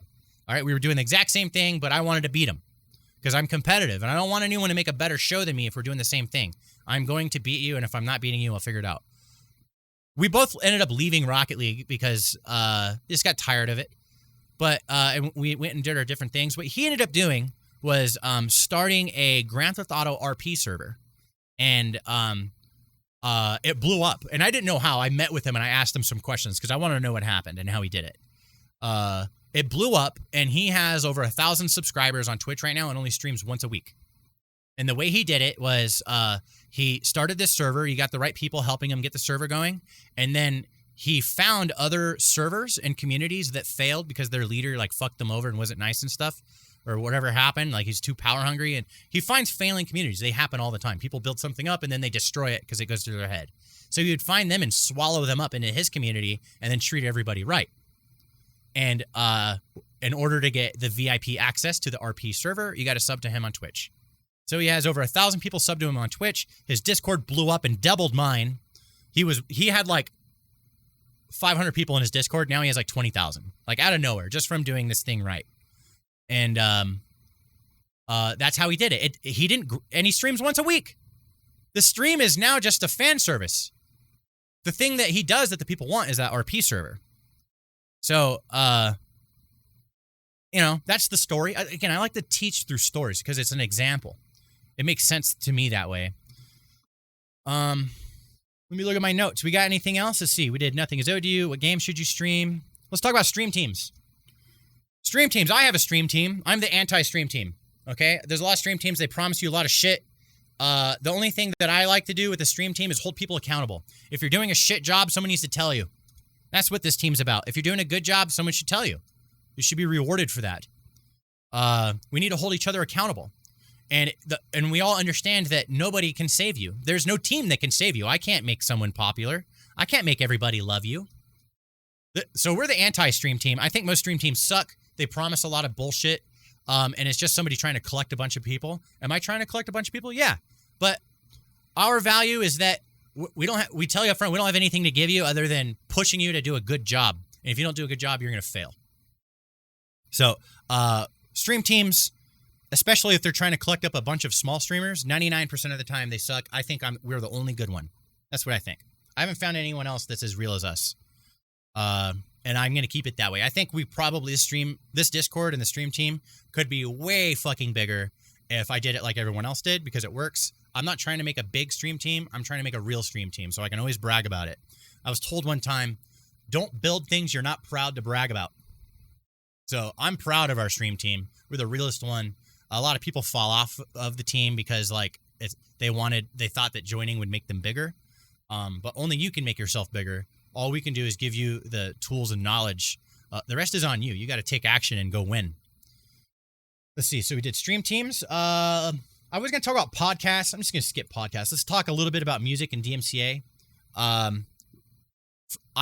So all the music we have in Game Rebel Radio, if you guys know about it, GameRebel.net/radio. That's all music I've been licensing personally for years for my own stream. And then like a year ago, I opened it up so all streamers can use it. Or it started off just Stream Team members. Now every streamer can use it if they want. And I since I come from the music industry, because I started Radio Rebel, I am a lot more knowledgeable about music copyright than just about any other streamer. And they just want Twitch has always just let you play whatever you wanted until recently. And now you get in trouble and stuff. The Wild West of music is over. I was prepared for that, and it's really simple.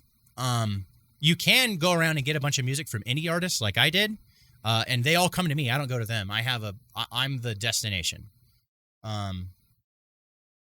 But there's simple solutions out there. If you pay, I just got this last night, Streamlabs Prime. They have a bunch of music you can use that they're building up. They're doing like something similar. They're building up a music playlist you can use. You can use Stream Beats. There's my friend, our lawyer friend. He's on the Stream team. He has Streamwave Records. You can use his music. That's all DMCA free. It's free to use it. Monster Cat, you're allowed to use it on Twitch for free, but you can't use it on YouTube. So if you're going to take your Twitch streams and turn them into YouTube videos, you will have to have a Monster Cat Gold license. It's $5 a month. I also pay for this service called Artlist, and it's like $200 a year. So it's kind of pricey, but they have a huge catalog of really high quality music, and you can use it in anything commercially. So it makes it really easy, and they sort everything by moods and genres and instruments and tempo and all this stuff, so you can really narrow down what you're looking for. DMCA is really easy. Just don't play whatever you want. It's if you don't know, just play Stream Beats. The Harris Heller guy, he has Stream Beats. It works. I've been using Stream Beats. I can't play Game Rebel Radio because I stream on YouTube, and Game Rebel Radio is only good for Twitch. DMCA is done. I'm trying to race through the rest of these. Let's talk about Twitch Partner and Affiliate. So what do I think about Twitch Partner and Affiliate? I think they're both bad deals. I think they're really bad deals. If I was offered Partner at this point in time, I would probably decline because I like to stream on YouTube and Twitch at the same time, unless I can get in the contract that I could stream on both. The affiliate agreement is even worse because you're not really even that big. You're super tiny, and they want 24 hours exclusive rights to your content, meaning you can't stream on any other platform simultaneously. But it's worth it to get it because you can get that sub button in bits, and that's where most of the money is going to come from on Twitch. So that's where they get you, but it's still a predatory contract, and I feel like in the future there's going to be some legal battles that Twitch is going to have to they're not going to win, and they're going to have to make adjustments to the deal that's being made, especially as other platforms start making more compelling deals and are getting bigger. But I don't think it's going to be anytime soon because Twitch is still just growing crazy. However, the fastest growing Twitch platform or streaming platform is Facebook Gaming. They're growing by like 3,000% each year. It's crazy. Let's see. We got. Do you think it would be better to try streaming on YouTube? So I'm an affiliate and I stream on both Twitch and YouTube at the same time. And I've been doing it all year, and nobody said anything. And I've done it in the past too. Nobody said anything. So just fucking do both at the same time. On Streamlabs Prime, it's the cheapest way to have multi-streaming. So there's like Restream.io and Caster.io. They're more expensive than Streamlabs, and Streamlabs has all these other features that come with it. So I just changed yesterday, but I had to pay it for a whole year up front. So I paid for a whole year up front, and it's like $12 a month versus like Caster's $15 a month, and I get all these other extra features. What steps could you take to determine a song to be okay to use on Twitch or YouTube? Well, you unless you're like you have access to the industry, okay, you're not going to be able to. So an easy way to do it is just play Stream Beats or something. Stream Beats has a bunch of genres. Streamwaves Records has a bunch of genres. You could play Game Rebel Radio. These things are so I would use.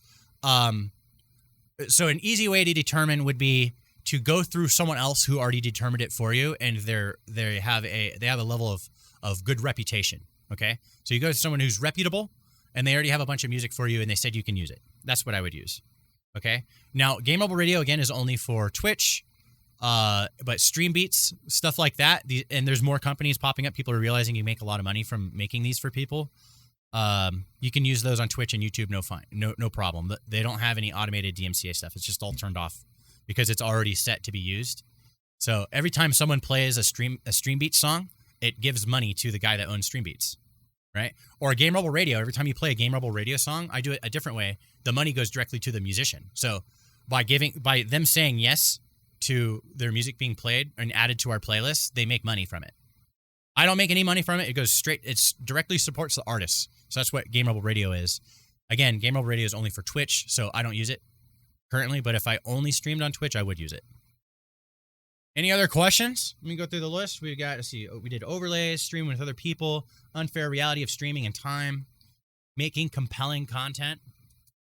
We kind of covered that offhand. Let's see, Twitch partner and affiliate. We just hit that, finding a niche. We didn't talk about predatory sponsors. Someone's going to approach your ass and you don't have any viewers and they're going to offer you a sponsorship and it's going to make you feel really good. These guys aren't going to pay you and they're going to want you to advertise their shit. That doesn't make any sense. Don't do it. Only do sponsorships that give you money. Appreciate you taking the time for all this. I love it, dude. I love it. Thanks for being here. I'll do it again too. Like I'll do these like once a month or something if I can. I'll try to. So yeah, don't get, unless a sponsor is giving you money in exchange for you advertising their shit, then it's a bad deal. They're taking advantage of you. They're just trying to collect you. Think of sponsors like predatory stream teams. They're just trying to get as many streamers as they can without giving them anything. Okay, so if I was a company and I had like, let's say I made Papa Fuel. Okay, I'll make my own supplement. It's Papa Fuel. All right, comes in a can or something. All right, and I need to sell Papa Fuel. One really easy way to sell it is to get a bunch of other ignorant people on this streaming platform that when they hear, oh, I'm sponsored, they get to brag about it, and it makes them feel like they accomplished something, and I don't have to pay them anything, and I'm selling stuff. The only time I pay them is if they make sales. It's commission-based work. I used to run a company, and I had a sales team, and my salespeople, they got paid an hourly wage plus commission. So if they only made commission, they would still make a bunch of money, but I paid them also just in case they weren't making sales so I can keep them around, and I paid them. So that's my beliefs on it. If they're not paying you, they're taking advantage of you. So don't be a free salesman. Be a paid salesman. Let's see. So that's my short thing on predatory sponsors. We talked about green screens. We talked about hosts. We talked about being creative. Make your own emotes, guys. I have a video if you want to see a quick way to do it. Oh, we didn't talk about this. Most of your viewers on Twitch should not be other Twitch streamers. If most of your viewers are other streamers, you're not making anything good enough. What you're making is not good enough. You just went and networked with a bunch of small streamers and you're getting like pity views. Okay? No pity views. You need to earn people wanting to be interested in you. You earn it, like actually. And when you're really making stuff that's good, most of your viewers won't be streamers and they'll just be people who want to watch what you're making. All right. Beware of advice from people who are not successful yet. So there's a lot of small streamers. They're just regurgitating some shit they heard and it sounded good to them and they now believe it. So they spread it to everyone else. That's kind of the premise of this meeting today, is that I wanted to tell you guys about stuff from the side who does make money from this and was a small streamer and goes in and out of being a small streamer depending on how often I'm streaming. Like right now, I consider myself a small streamer. I streamed once last week. A huge question that just crossed my mind is, how do you do payouts on Twitch? I've heard it's better to do PayPal for tax information and such as a new streamer and someone confused on taxes. I'd like to hear your thoughts since you know about it. I'd love to see the video on emotes if you could point me in the right direction to that. Yeah, in the resources, I have like streamer resources channel in the content creator section. I should have a link to it there. There should be a link to my playlist and you could just find it in my, like I used to make a bunch of videos for streamers. It was like my idea, like, okay, I know how to talk about this stuff. I can make those videos. I don't make them anymore. I'd rather just do it this way, but yeah, you could find it on my YouTube channel in the playlist section. You'll find the Twitch tutorials and lectures is what it's called. Also, let's see. So the question was payouts. So payouts, I don't recommend having your payout go to your PayPal. I recommend having it go to your bank account because PayPal can make a mistake and just lock down your account, because when your money is in PayPal's system, PayPal has ownership of it. Okay? So they don't have to give it back to you if something goes wrong. Okay? Let's say you got a bunch of donations and it was somebody trolling and then they did chargebacks on all the donations. They'll lock your shit down because they'll look like you're scamming. So I don't trust PayPal. Whenever I have money in my PayPal, I export it directly to my bank account. And I used to do that with my business too. My last company, we'd make a couple $1 million a year. And a lot of that was online sales and people would use PayPal. And every day we would move the money from PayPal into our account because there's the risk of like chargebacks happening. Maybe it's something we did wrong. Maybe it's something we didn't do wrong. But regardless, PayPal doesn't care. They'll shut your shit down and take your money. So don't keep your money inside of PayPal. Any business owner will tell you that. Let's see. We did multi-streaming. I think I kind of answered that. I didn't. I'll make this one of the last things. So multi-streaming on Twitch and YouTube or Facebook and all the sites, right? If you can pull it off, then do it. But here's what I say, okay? Like, let's say you're streaming on Twitch and YouTube. Your YouTube streams aren't going to work for you if you're not doing all the other things that you're supposed to be doing on YouTube. Okay? You need to have a fundamental understanding of the algorithm. And you need to be making videos and learning how to have engagement and stuff. So if you're not making videos like every day or a few times a week or something, and you're not doing the community posts, you're not making shorts, then see, like the way YouTube works is it rewards you if you use all the things it has to offer.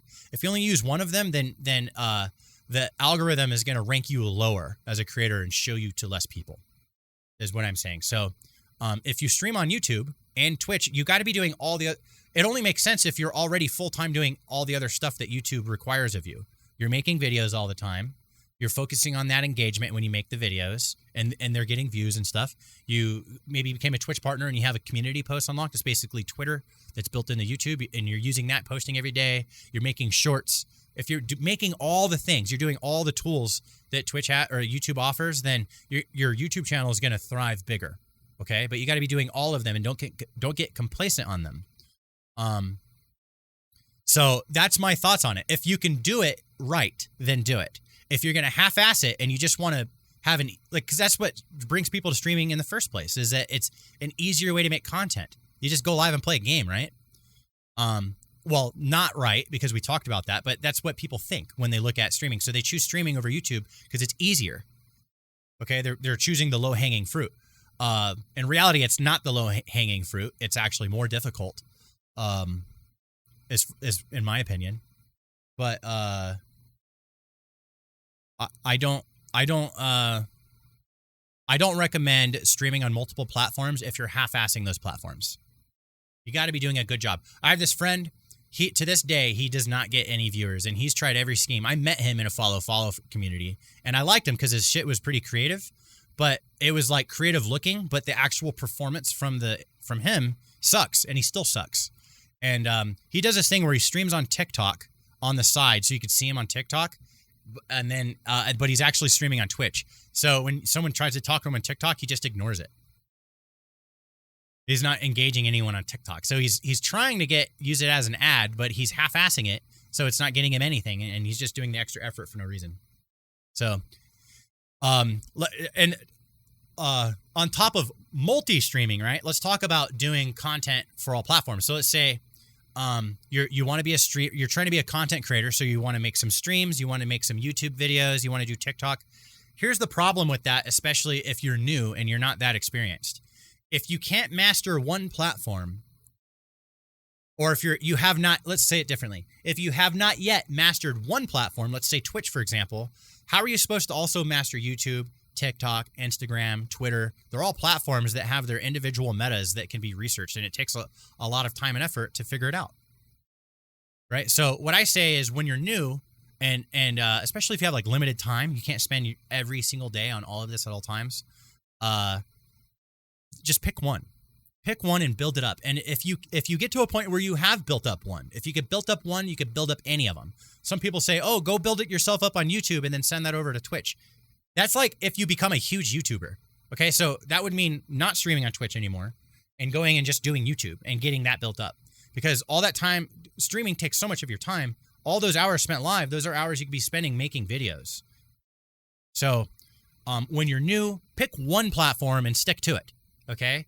If I could recommend one, I always recommend people do YouTube, because you can go on YouTube itself and learn everything about the algorithm. And the algorithm is not that complicated, and also think of it as like a series of algorithms. That's not one big algorithm. It's a collection of algorithms. There's an algorithm for for different things. There's an algorithm for what is being shown on the homepage. There's like a homepage algorithm. There's a recommended algorithm for like stuff that's shown on the side when you're watching a video. There's an algorithm for the search system. There's algorithms for all of them. So you can learn them all individually and understand them, and they're not that hard. They're actually really simple. They're incredibly simple. It's just based off of how does YouTube best satisfy the viewers? How do they make them the happiest? And the way they get their data is super simple. It's so simple.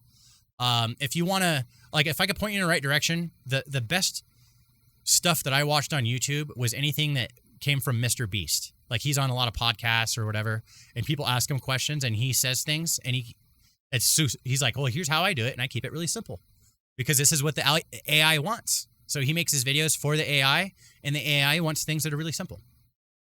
What is the best way to handle archived streams on YouTube for storage? Since a full stream has low engagement, is it worth delisting those videos so your short form content gets more traction? Just leave them public, okay? So making your YouTube stuff like unlisted so people can't find it isn't going to have any effect on your other videos, okay? So each video is ranked individually. It's ranked into, you can have a fresh account. You can make a fresh account and upload a video, and it has a chance to go viral and get millions of views. The only thing that matters when it comes to YouTube is how good is the video, and each video is ranked independently from each other. Okay, so every time you upload a new video, it has a chance to go viral. Nothing you've done in the past affects it to a point. With the exception of the last 10 videos you've uploaded, there is a little bit of measurement there that I've learned recently. You do have like an overall channel rating based off of the performance of your last 10 videos.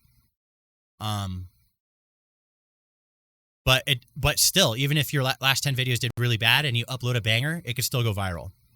So it's about watch time. If you make a video and it fucking sucks and people turn it off, then no matter what you do with any other videos, that video will still suck. Okay, so you have to go watch Mr. Beast videos and tell me how many cuts he does, right? It's like every 1 to 2 seconds, there's a cut. Like, it's so fast-paced, and there's this crazy music playing, and everything's so intense and exciting, and it's designed that way to keep you from clicking, and that's why he has such high retention and makes so much money. People watch his videos to the very end. And then once he reaches the climax of the video, once you, like, let's say, someone's going to win this island, right? I have an island. It's $1 million, $700,000 island, and someone's going to win it. The moment somebody wins the island, the video ends. There's no hanging around. It's over. It's optimized for engagement. So that's what you should be thinking about. So your question, no offense to you, is a really good example of people overcomplicating this. And it fucks with your decisions that you make, because those thoughts that you're having aren't logical when compared to the reality of how the AI works. So again, my best advice for YouTube is go on YouTube and ask, how does the algorithm work? How do I make the best thumbnails? How do I make the best titles? How does SEO work? How does search work on YouTube? Okay, how do I have better flow with my editing? How do I choose topics? What are the top most watched categories on Twitch? Number 1 is finance, by the way. How to make money from home. It blew up during the pandemic. Doesn't that make sense? The top category on Twitch, you can make $50 per 1,000 views. That's insane revenue. That's insane. I've never seen anything like it. And that happened during the pandemic. People saying, here's how you make money from home. Because everyone needed to make money from home. There was a need. So anyone that started making videos on that, they made so much fucking money. They made millions of dollars. Millions. Like, the content creation industry is very big, and there's a lot of people that are very good at it. And the best thing you can do for yourself is study. And to wrap things up, unless anyone has any other questions, because I'm done with all my stuff that's on my list. If you guys have questions, I'll more than happy hang out as long as you want, whoever remains, even if there's only one person. If you guys have questions, I'll answer them until everyone's gone. But the last thing I would say would be, damn, I actually lost it. Let's see, I lost it. It was a good one too. Damn. Let me see if I can capture it. What was I just saying? I'm sorry, guys. I lost it. That was my first lost train of thought right at the end.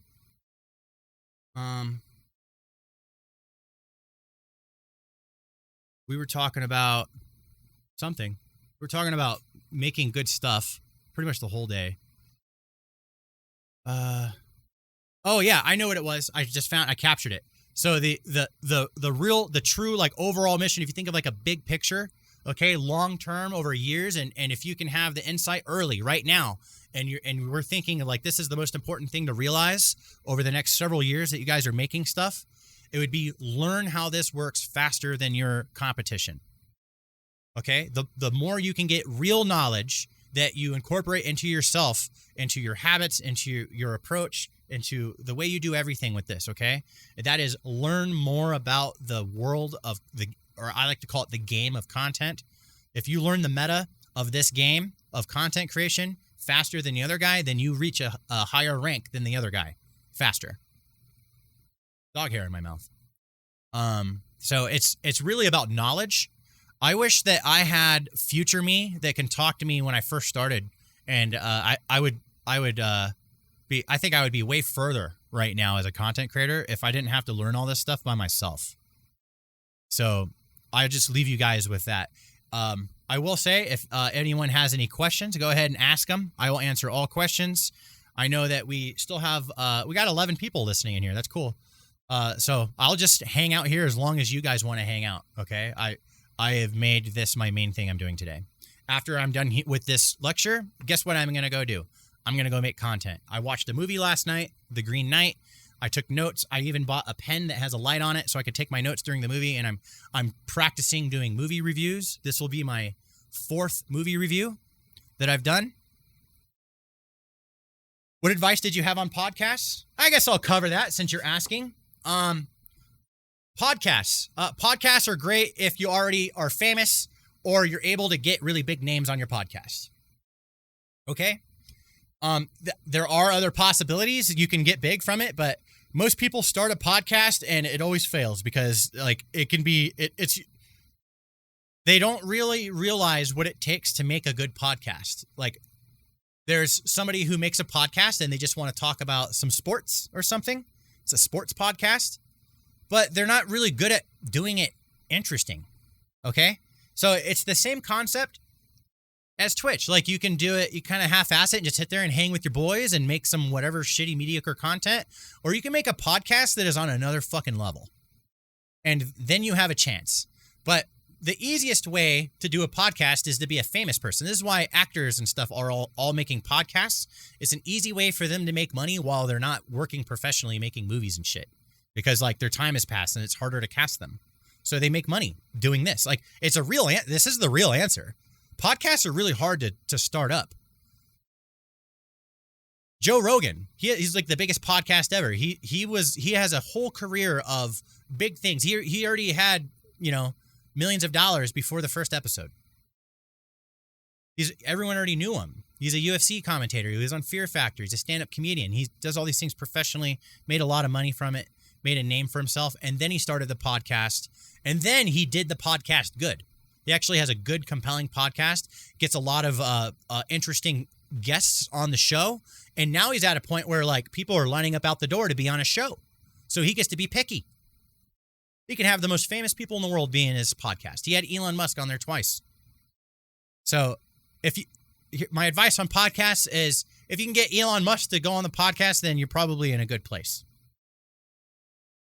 Just to be real. Or not just someone like him. Let's say if you can make a I think that I could probably do a podcast. I'd probably call it the Game Rebel Podcast, and I would try and get the biggest streamers I can on the podcast, which would make my podcast be successful. I would go and convince bigger creators to join my podcast, and I think I would be able to do it with because I'm a smooth talker. I'm a streamer, dude. That's what I do. I talk to people, and people listen. That's what I do. And I'm only getting better at it. I'm not even getting started, okay? I'm going to get so much better at doing this. That's my mission. I want to be the fucking best. And I know that I could use those skills that I use on my viewers. I could use them on bigger creators and get them on a well-planned, well-produced podcast. But in order to do it, I would have to take it so fucking seriously like I do anything I'm focused on. And if I just did it on the side, it would be half-assed and it wouldn't work. So if I'm going to half-ass it, I'm not even going to fucking bother. That's my thoughts. Any other questions? No half-assing half-assers. All right, you half-ass, you're going to get your ass kicked. All right, only whole ass around here. Love saying that. No half-ass, only whole asses. Full asses only. That's right. You gotta do it right. You gotta do a good job at this job. You have to do a good job. Doing a good job, like any job, you get rewarded. Do shorts do better than full 10-minute videos? Okay, well, first of all, they dropped it to 8 minutes, so you don't have to do 10 minutes. You do 8 minutes to get the primo ads. Shorts is just another algorithm, okay? So it's called the short shelf. Like I said, there's algorithms for different sections of YouTube. The short shelf is a YouTube algorithm. So when you make a short and it's marked as a short, like YouTube is like, okay, this is a 60-second video that's vertical. That's 60 seconds or less. Not a second longer, not a fraction of a second longer.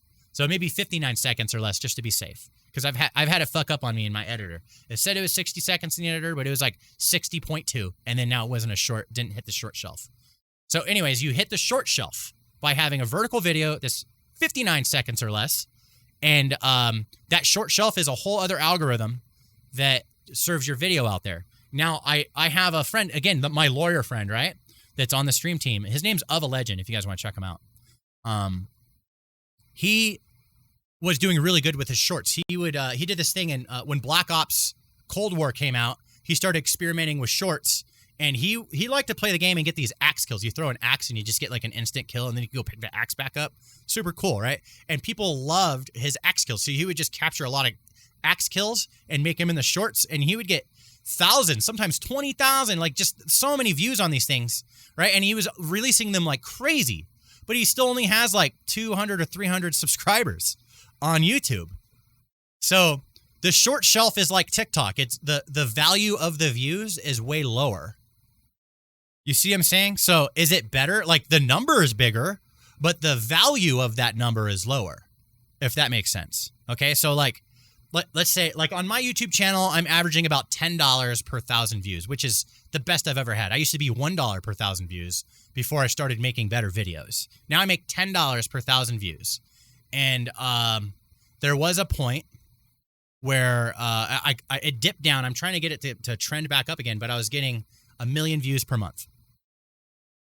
So and also not all those views were monetized. So it's $10 per 1,000 monetized views. That means that the video is not demonetized and the people didn't have ad block on. Okay, so to be more clear about that. So per monetized views. And so out of my 1 million views, I don't know exactly how many are monetized, but it's not the full 1 million.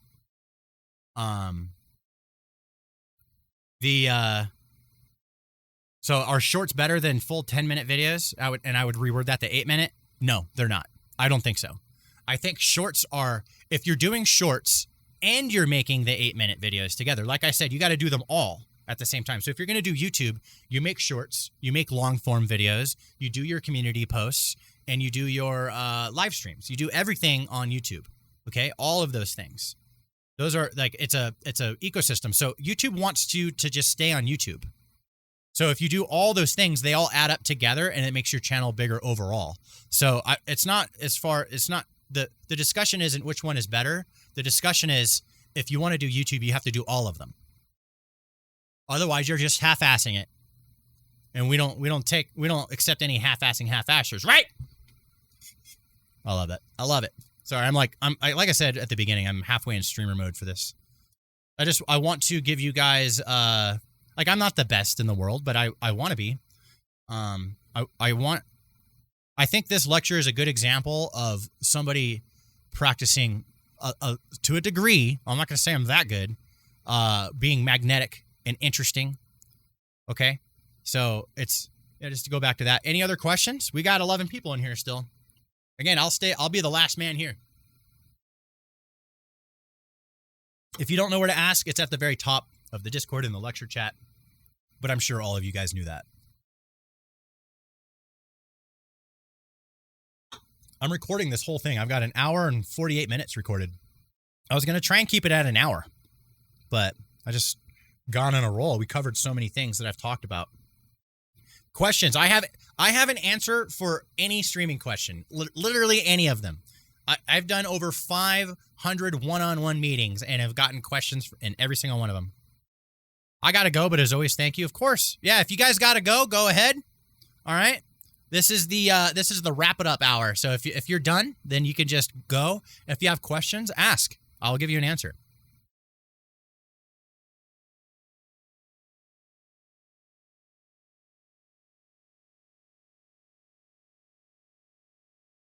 There's this one streamer. I think everyone's heard of him. His name is Asmongold, big World of Warcraft streamer. Recently moved to Final Fantasy 14 because of all the drama. If you go to his stream, like right now or any other time, and then you just click any of his VODs at any moment, there's no moment you can find where he's not talking. Find a moment where he's not talking. Is it a good idea to stop being an affiliate? Nah, just keep being an affiliate. Just break. My advice, honestly, is fuck the agreement. And if you want to stream on 2 different platforms, do it until they tell you to stop. Okay? This is the way I've always operated my life, and the way I build my businesses is be willing to bend the rules. Okay? I will win by any means necessary. Bend the rules if you have to. That's my honest advice. Nobody's going to tell you that. They're too scared, right? Break the fucking rules. Do what you got to do for yourself, all right? Accept the affiliate agreement, and then just do both. And don't brag about it like I am. Just shut the fuck up and just do it. Is there a good time to stream? Like, oh, that's a good question. I've gotten that one a million times. Okay, look, there's people watching Twitch 24 hours a day. So the real answer is, what is best for your life? Okay? That's the answer. What's the best schedule for your life? There's a time you go to school. There's a time you go to work. There's a time you do family stuff. There's times for things, and you need to do those. Those are first, and then the hours you spend streaming revolve around those things. So that's what your schedule is, even if your schedule has to change. Does having a schedule help you? Yeah, especially depending on what your content is. If you have content where people need to be there at a certain time, like I do customs. That's what I do. So a schedule for someone who does customs is a really good idea. So that way they know when to be there so they could play, right? So that's a good idea for a schedule. If I'm just doing whatever, the schedule doesn't really matter as much as maybe someone who does customs. How should we do hashtags? Is it good to put basic block hashtags per video or post? Well, hashtags are different per platform. So which platform do you want to know about? Like, if we're going to talk Twitter, I see a lot of you motherfuckers just... You post, hey, I'm going live, and then you just add every fucking hashtag you could think of like it's a TikTok, and it just makes your Twitter look like shit. On YouTube, okay, the way TikToks work on YouTube, or the way hashtags work on YouTube is, so if you add 3 hashtags somewhere in your description, it's going to show those hashtags above your video title, okay? So you can get 3 hashtags shown above your video title. And they don't like it if you do more than 3. Is what I heard. I don't know, but I just do 3 because if you do 4, it only shows 3. So hashtags on YouTube are, I don't know if that actually even does anything. I have no idea. I do it anyways, just out of, to be thorough, but I don't think it really affects anything. I think the thing that affects your video the most is going to be your thumbnail, your title, your description, and how good the actual content is. TikTok hashtags. I don't know. Okay, so I know that there are plenty of videos on TikTok. They have like no hashtags and they still have millions of views. So again, the hashtags aren't going to save you on TikTok. Okay, the only thing that's going to work on TikTok is if people are watching the video. Now, from what I understand on TikTok, their sweet spot for like a video going viral is if it has like 200% watch time. So that means most people, that the average amount of viewers of that have seen it so far watch it at least twice, and maybe they like it, and the more likes and comments it gets. So it's more about engagement and satisfaction than anything. There's no hashtags that are going to save you. You can literally use 0 hashtags and you just make a good fucking video. Okay, yeah, like it's really actually good. And then when human beings, they're reacting to it. It's all based off of human behavior and satisfaction. When should you make a Discord server, or should you even have one? Yeah, have one. You should have a Discord server for your most loyal people. So my Discord isn't necessarily for me, although I'm starting to kind of reverse that. I'm trying to inject it to be more about me because I think I need to. But you barely know how to make one? Well, here's the thing, okay? You just make a simple Discord. They have like a template system. Just make a Discord for your brand, and the people who are most loyal to you and want to hang out with you even after the stream is over, they'll be there. So just have it available. If it's not there, then you won't have that. It's a place to hang out with your people and make them happy after the stream is over. That's what it's for. I was streaming to YouTube, Facebook, and Twitch. My best YouTube, 10K, 15K viewers, but also GTA 5 money dropped my stream. I really want to be better. 10,000, 15,000. If you have 10,000 and 15,000 viewers, you wouldn't even be in here. So I don't really believe that. Yeah, if you're able to pull that many people, what are you listening to me for? That's my honest response to that.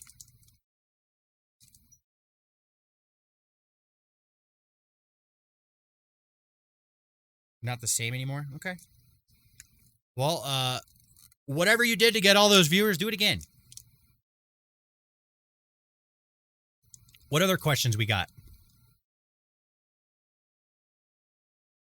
Anything? Anything? Have anything at all? Last call. I opened up my Gatorade.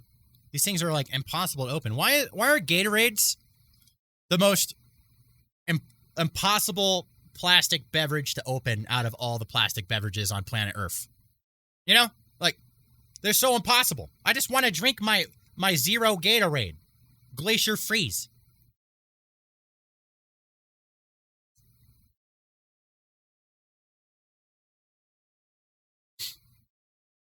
I covered my whole list. I didn't think I'd get through all of it.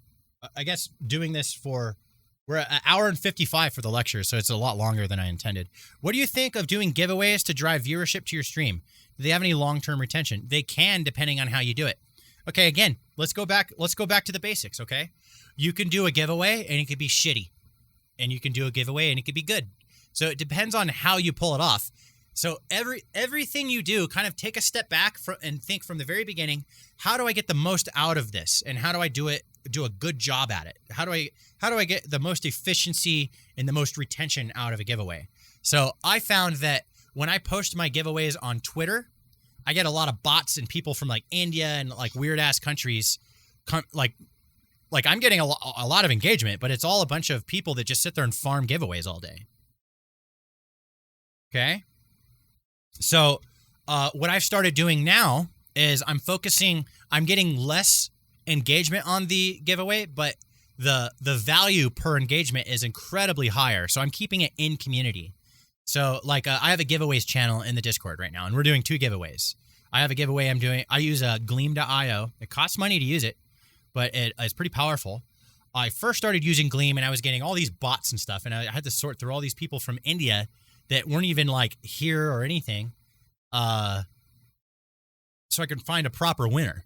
Now, to make it easier on myself when I'm finding the winner, is I only keep it in-house. So the community that I've built, I keep the giveaway in-house. So I'm using the giveaways as more of a way to not grow my channel and stuff, but to serve my existing community that I've worked so hard to build. Okay, that's how I do it.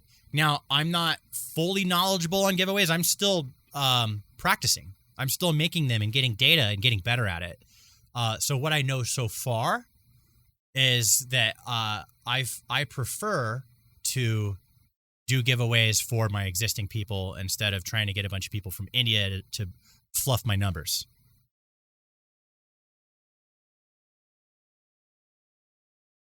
Lunati, you have a lot of good questions. Thank you very much.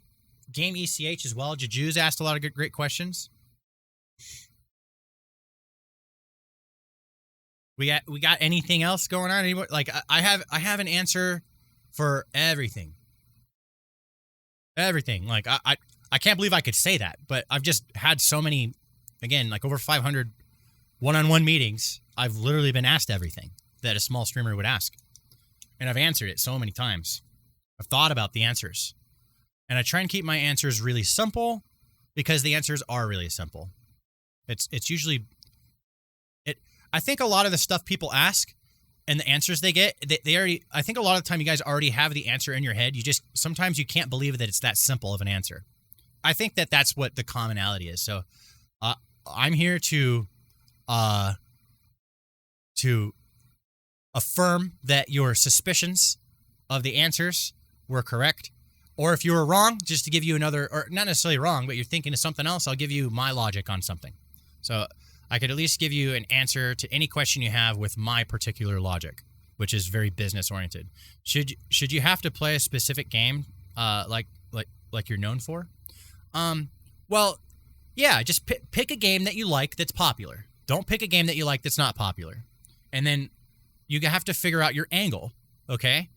Like I always I go to the browse page, the directory on Twitch, twitch.tv/directory, and I sort from high to low. And I look at all the top games, and I ask myself, how would I make content in that game? I can go down the list. Just chatting, that's the biggest category. The possibilities are endless because it has nothing to do with games and everything to do with whatever antics you have just for the camera and mic. All right? League of Legends. If I did League of Legends, I would do 10-mans. Like, I would do it exactly like I do Valorant. I would do the exact same thing. And I would also come up with some challenges and stuff. So I would make some mini games, like we started doing those in Valorant. Like we started doing Simon Says and hide and seek and stuff like that. They love it. They love that shit. It's better than just regular scrims. But I would mostly do scrims, and then we would do some fun stuff.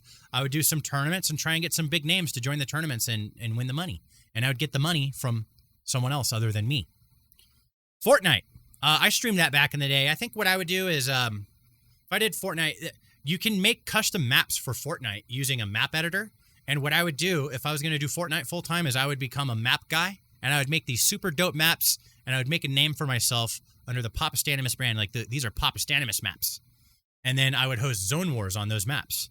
So I'd make maps for Zone Wars, and then I'd make YouTube videos showcasing my maps and people using them, showing them the cool concepts I thought of for each map. Each map should have some compelling concepts, And then I would just sit there and host Zone Wars. Okay, let's go to the next game, Grand Theft Auto 5. I would start an RP server.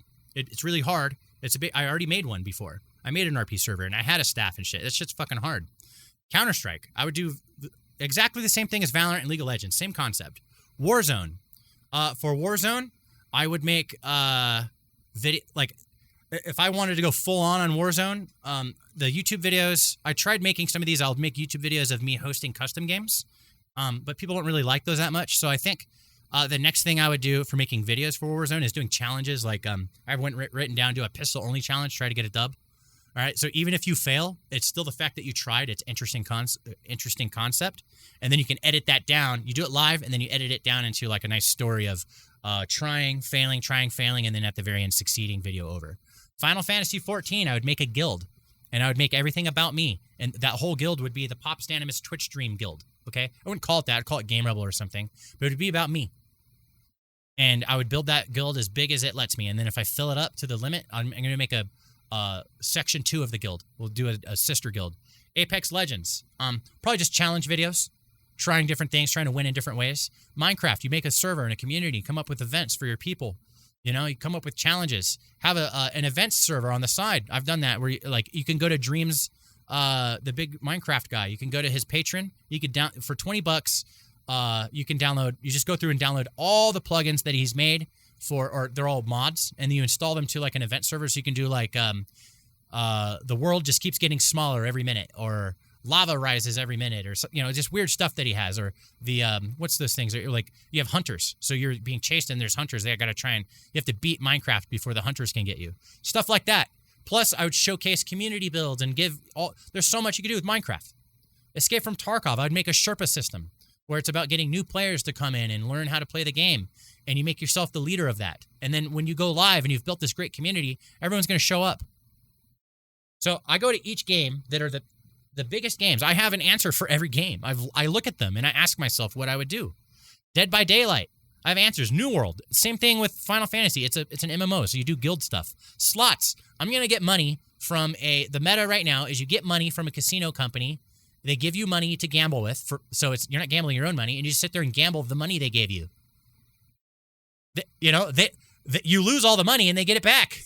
So those deals are easy to make. Dota 2, I would do the same thing as League of Legends, Valorant. Pokemon Unite, same thing. I'm going to do. I have plans for that. If it stays popular, especially when it comes out on phone, I'm going to try doing some Pokemon Unite 10-mans. I'm just waiting for it to go on phone first, so everyone could play. Brawlhalla, That's not a popular game. Music, I would do music reviews for Game Rebel Radio, do Game Rebel Radio stuff. Clash Royale, I don't know anything about that game. World of Warcraft would create a guild. Path of Exile, create a guild. Travel and outdoors, that's IRL stuff. You got to be a traveling guy. But I would go out and travel and get the most beautiful fucking shots. Every time you tune into my travel and outdoor stream, you're seeing beauty at all times and amazingness with great commentary and interesting people that I'd bring along. It'd be like an IRL outdoors podcast.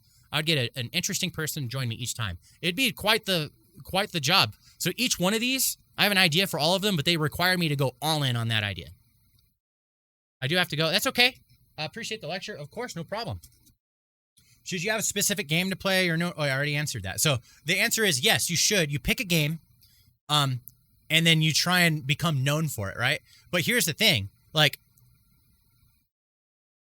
if you can come up with a plan for each game on how you would approach it, you just try them all out until one starts, like, catching on. If one starts catching on, then you're Gucci, okay? So you just try them all. Like I say, you just try 100 ideas, you know? But so I have a plan for every one of these games. Genshin Impact, RuneScape, Sports, Flight Simulator, Hearthstone, PUBG. All these games I have sat down and thought about. Some of them I've actually streamed extensively. What else we got? Any other questions? On a related note to a specific game question, if a game you stream goes through a major crisis and suddenly loses tons of viewers, what should you look for in your current community when moving to a new game? Well, here's the thing, okay? I've streamed a bunch of different games. I've had that happen to me. Let me read the rest of it first. Such as moving from WoW to Final Fantasy XIV, for example. Some games, just different content. I was streaming Hearthstone weekly, but the community dropped badly with the current crisis with Blizzard stuff. Well, I mean, that's a card game, right? So you just go to what's the next big card game? Hearthstone is the biggest. So it may have gotten smaller, but it's still the biggest. So if you wanted to do cards, I would stay there. I wouldn't go to a smaller game. But let's say if you wanted to go from WoW to Final Fantasy, here's the reality, okay? Now, so a lot of with the specific each situation is different, okay? If we talk about WoW and what's going on with Blizzard, people in general are transitioning over to New World and Final Fantasy. So you could probably pick either one of those games and you'll do really well. You just do the same thing, all right? And especially if what you were doing before was working. If it wasn't working, then you need to do something different. But in PUBG, that game started to die, and I was losing. My stream was just getting smaller. I was making less money. I was making like $4,000 a month from that game, and then I started. It dropped down to $3,000 to $2,000 to $1,000. I'm like, damn, dude. Like, I'm at 25% of my earnings. It's dying. And then I went under $1,000, and then I made $500. I'm like, I gotta leave. I can't stay here anymore. So I left, and I immediately went over to Minecraft. It was the first thing I went to, and it was an instant hit.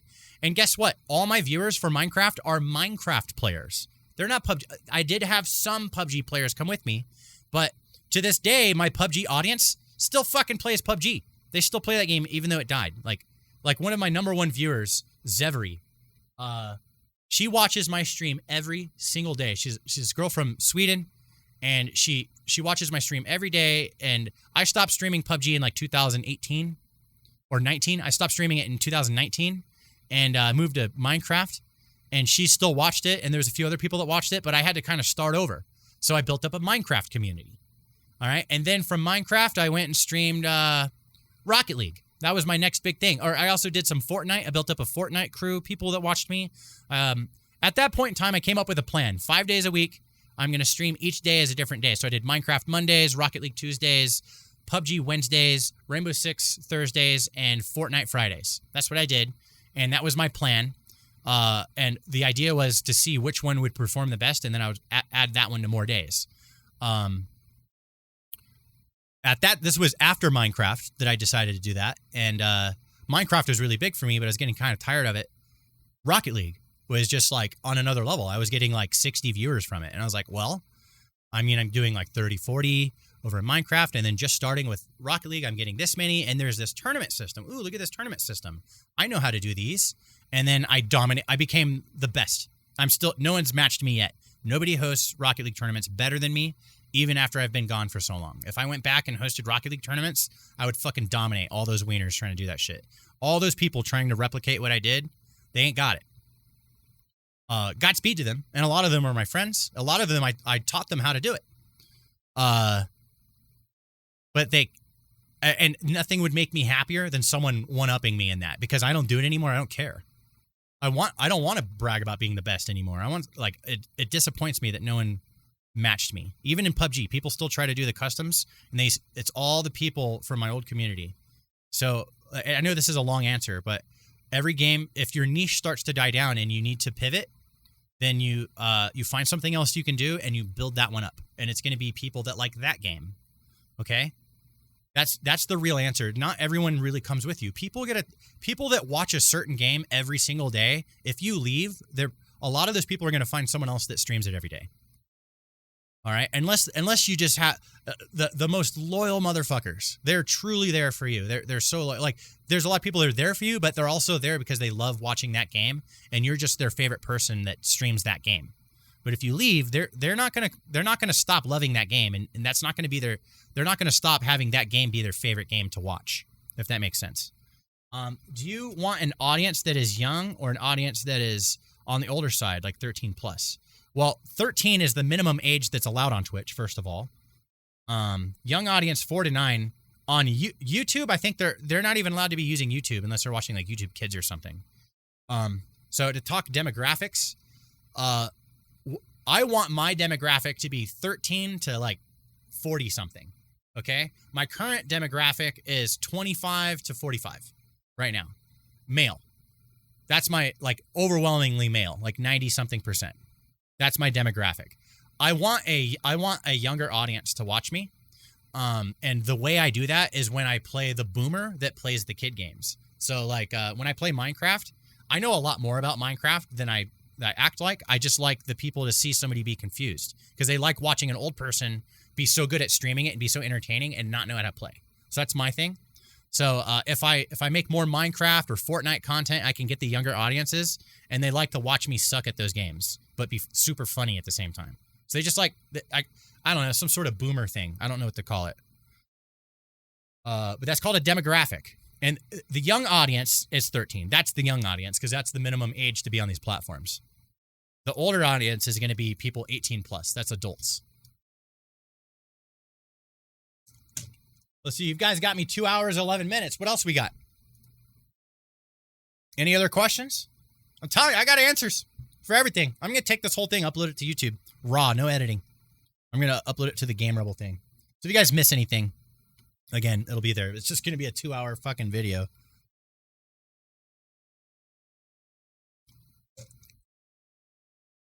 I'm going to give it like a couple minutes. I'm just going to talk about some stuff that, let's see if I can think of anything. And then if no more questions, then we'll wrap it up.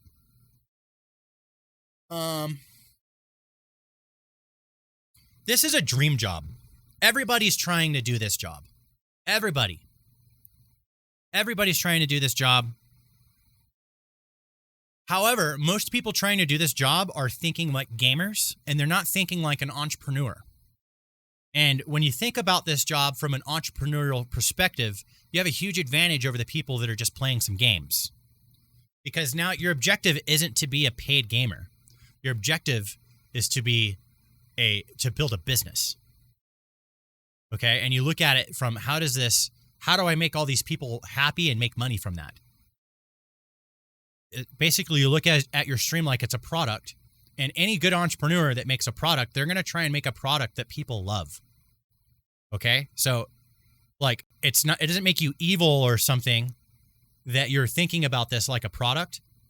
It makes you smart. Okay? It's a smart way of looking at it, because now you can solve problems and approach things in a certain way that is about the big picture. Instead of like I say this all the time, there's so many people that go live, just play a game, and they hope to get lucky. So many people have done that, and they continue to do that. And those people are easy to beat. So if you approach this realm of content creation with the things that I've explained to you today, I'm so confident that you're going to have so much more powerful tools because your mindset is different that you just shit on all the small streamers, and you'll start realizing that there's a whole nother realm that exists. It's like it unlocks you, and it's not that competitive of a platform when you think the way I'm trying to teach. It's actually not that hard to make a little bit of money. You could, like, anybody can start making a couple $100 from this. And I've proven that. As long as you adopt the winning mentality that I like to teach. I like, this is my dojo, and I teach a certain set of karate moves here. And if you follow the moves I teach you, then you're not going to get beat up. You're actually going to fucking kick someone's ass. I'm going to teach you how to fucking win. And the way you win is your mentality and how you approach this and how serious you take it. If your goals are not to make money from this and stuff like that, then all the shit I have to say doesn't apply to you. You just go live. You just have fun. Just have fun and play fucking video games, right? There's nothing wrong with that. But if you want to grow and you want to win, then doing it that way and trying to, like, friendship your way to success, you're going to get stomped. You're going to get stomped by someone who doesn't care about making any friends, just cares about winning. You don't need them. Like, I mean, I'm not saying don't make friends. I have so many friends I've made through this, and I love it. I have that. That's a huge side effect of doing this job, is you meet a lot of people and you make a lot of friendships. But that's not my top priority. My top priority is fucking winning and beating the other wieners around me, being better than them. That's my thing. I saw Lunati was typing a little bit. Did you have anything you wanted to ask?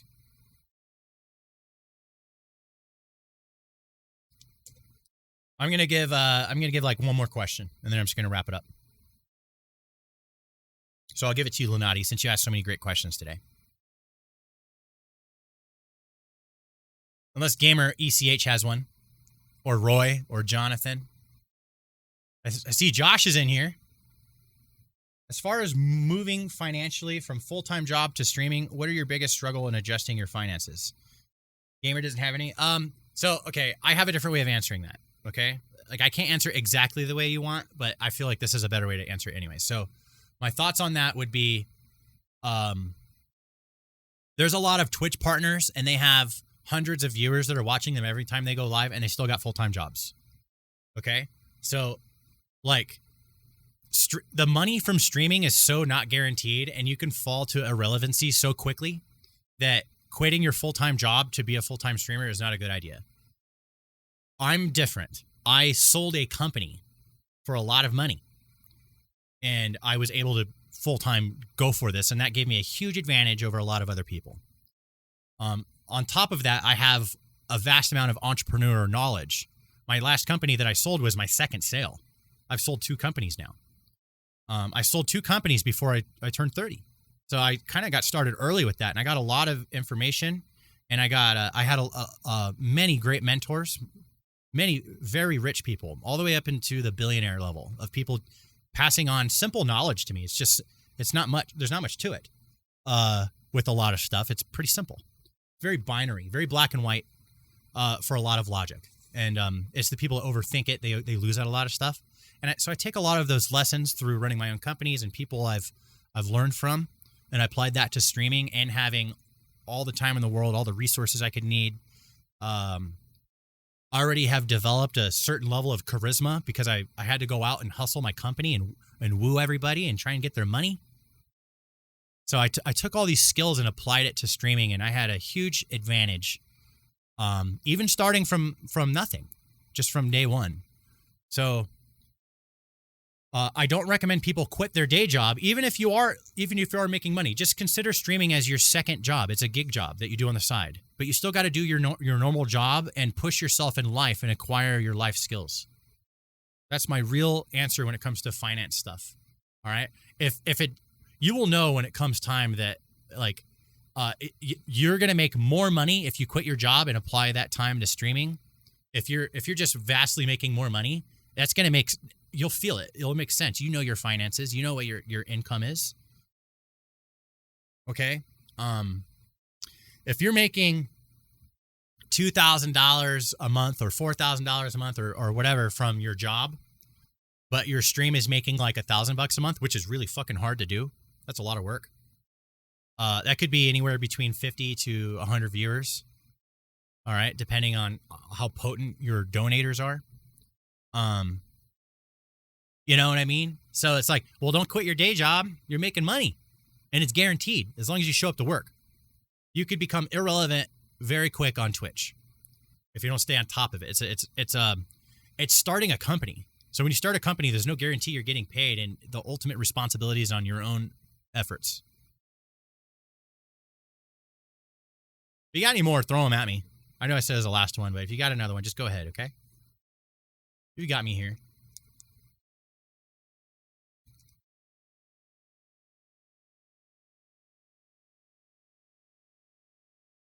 I see you typing. You want to make things that make money while you're not working. In other words, what's your biggest sustainable source of income? In other words, so you're talking about like passive income? When it comes to content creation, the best way to make passive income would be YouTube videos that aren't. So the way I make YouTube videos are a bad example of this because I don't make them the right way. I make YouTube videos about things that are trending in the moment. So I try and find something that's going viral, and I want to content jack. That's what it's called. So you take something that people are searching, and then you have your take on it, you know, and you put it out there, and then you get your piece of the pie. And then the next viral event happens. But once it's over, nobody's talking about it anymore. Like there was this one video I made about this guy. He was playing Madden and he lost, and then he had his baby next to him and was crying. And he's like, "Shut the fuck up!" to his baby, and he like picked it up and threw it into the baby chair, and he's so fucking aggressive and stuff. He's so mad he lost, and he's like, "Ah!" He's like raging at this baby, and then the baby started bawling. Right? I made a video on that, and it got a ton of views. I talked about it as like, you know, I started the video. I remember I was like, "Hello everybody, today's Twitch idiot of the day comes from a username." I forgot his name, but you know, but nobody's searching for that anymore. It's not viral anymore, so that video just kind of stopped getting views. But if I make a video like Mr. Beast, he makes videos that last forever. All right, last person to keep their last person's hand to remain on the card keeps the car. That'll last forever. That's not a viral thing. It's just an incredibly compelling piece of content that lasts forever and will get millions of views forever. You know, maybe someday it dies off. Maybe in like 10 years, you know, there's a whole new era of YouTube. But for now, it's going to be getting views for a long time. So, like, that's how you make passive income from your content. You make stuff that gets views forever. I have some videos like that on my channel. It's mostly my tutorial videos. Like, here's how you do this. That's a really low-hanging fruit, easy way to make stuff that gets a lot of views forever. Show people how to do something and make it easy. Make it better than the other tutorials. Again, you got to be better than the other guys. You know what I'm saying? You beat them. So if you see, like I've done that, someone already made someone made a tutorial. I'm going to do this actually because I've been playing Pokemon. There's a tutorial on Pokemon Sword where you can get unlimited money. It's not even really a game exploit. It's like you buy these berries and you put it in this machine and it gives you a TM. It's like a Pokemon move, right? And then you go sell the TM for $3,000, but the berries costed $250. So you have a huge, and you know? So I saw, because I looked it up, I'm like, how do I make money on Pokemon? Like, what's some easiest way? And that was it. I saw the guy's tutorial, and it was pretty good, actually. It was a good tutorial. It's like 3 minutes something. You got to the point. I'm like, I'm gonna make that exact tutorial my way and see if I can do it better. And I'm gonna compare it to his and make sure that I hit all the right notes better than he did. And then I'm going to put that tutorial up, and for as long as Pokemon Sword is a thing, people are going to be searching, how do you make a ton of money on Pokemon Sword? So I'll make a video about making video game money, and it'll make me real money forever. Does that answer your question? So that's passive. I have a video, here's how you set up your how to set up your Blue Yeti mic. I used to have one, so I made a video on that years ago. It still gets views. It's one of my top videos. I made a video, like a bunch of how-tos. How to install this mod. Like, you know, you could play the original Resident Evil 4. You get the Steam version, and then you can install this mod, and it gives you 4K everything. Like these modders replaced all the textures in the game and all this stuff with 4K stuff. So it just looks like this incredible, like as if they remastered the game, but it's the same game with mods. And I show how to install it. And then at the end, I showed a little gameplay demo. Here's how it looks. Looks great, right? And then I did stuff wrong at the beginning of the game. Everyone's like, "Why didn't you do this?" I'm like, "Oh, well, I don't know. I've never really played it. I just wanted to show how to do the mod." Here's how to install the FAR mod. Like there's this mod for Nier Automata because the game by default doesn't have any resolution settings. So someone made this mod that gives you resolution settings and is really fucking complicated to set up. So what I did was figure it out and then step by step on camera show people, here's how you set this up. Here's all the settings that I figured out for myself that makes the game look amazing. So I just gave them my settings and how to set it up. And to this day, it still gets a ton of views. It's going to die very soon because after all these years, Steam is actually releasing an update to that game. So it'll make my tutorial irrelevant. But I've made hundreds of dollars from that game over the years or over that video. So that's passive. I like passive. YouTube, you make money forever, especially if it's a good video. All right, guys, I'm going to wrap it up there. All right, questions are locked down. If anyone wants to DM me any questions, feel free. Just DM me. Okay? If you're on the stream team, I will one-on-one with you, just like this meeting, but about your stream specifically. I can answer your specific questions. But what I require, since I've done this over 500 times, one-on-ones, is you have to be legendary rank in the Discord. So get the chatting if you want to do 1v1 or one-on-ones. All right? So 1v1, you got to join the stream. But one-on-one about the stream, then just chat in the Discord, reach that legendary rank. That's it had to be done. I have so much more free time. I was doing 2 hours a day meetings for the past year. So they've added up, and now I need my time to make more videos and stuff, to make my own content. So if you guys want to do the one-on-ones, just reach legendary rank. Go to the roll map channel if you want to see what that takes. So thank you guys. I appreciate it. Love you. We did 2 hours, 25 minutes on the lecture, but you know what? I'm so happy it was worth it. So to wrap up the YouTube video, if you made it this far, I hope you guys learned something. Join the Discord, discord.gg/GameRubble. Like, subscribe. This is my GameRubble YouTube channel, so I don't know what I'm doing with it. I'm just uploading crap like this to it, so it's like not on my main. Yeah, see you guys in the next video.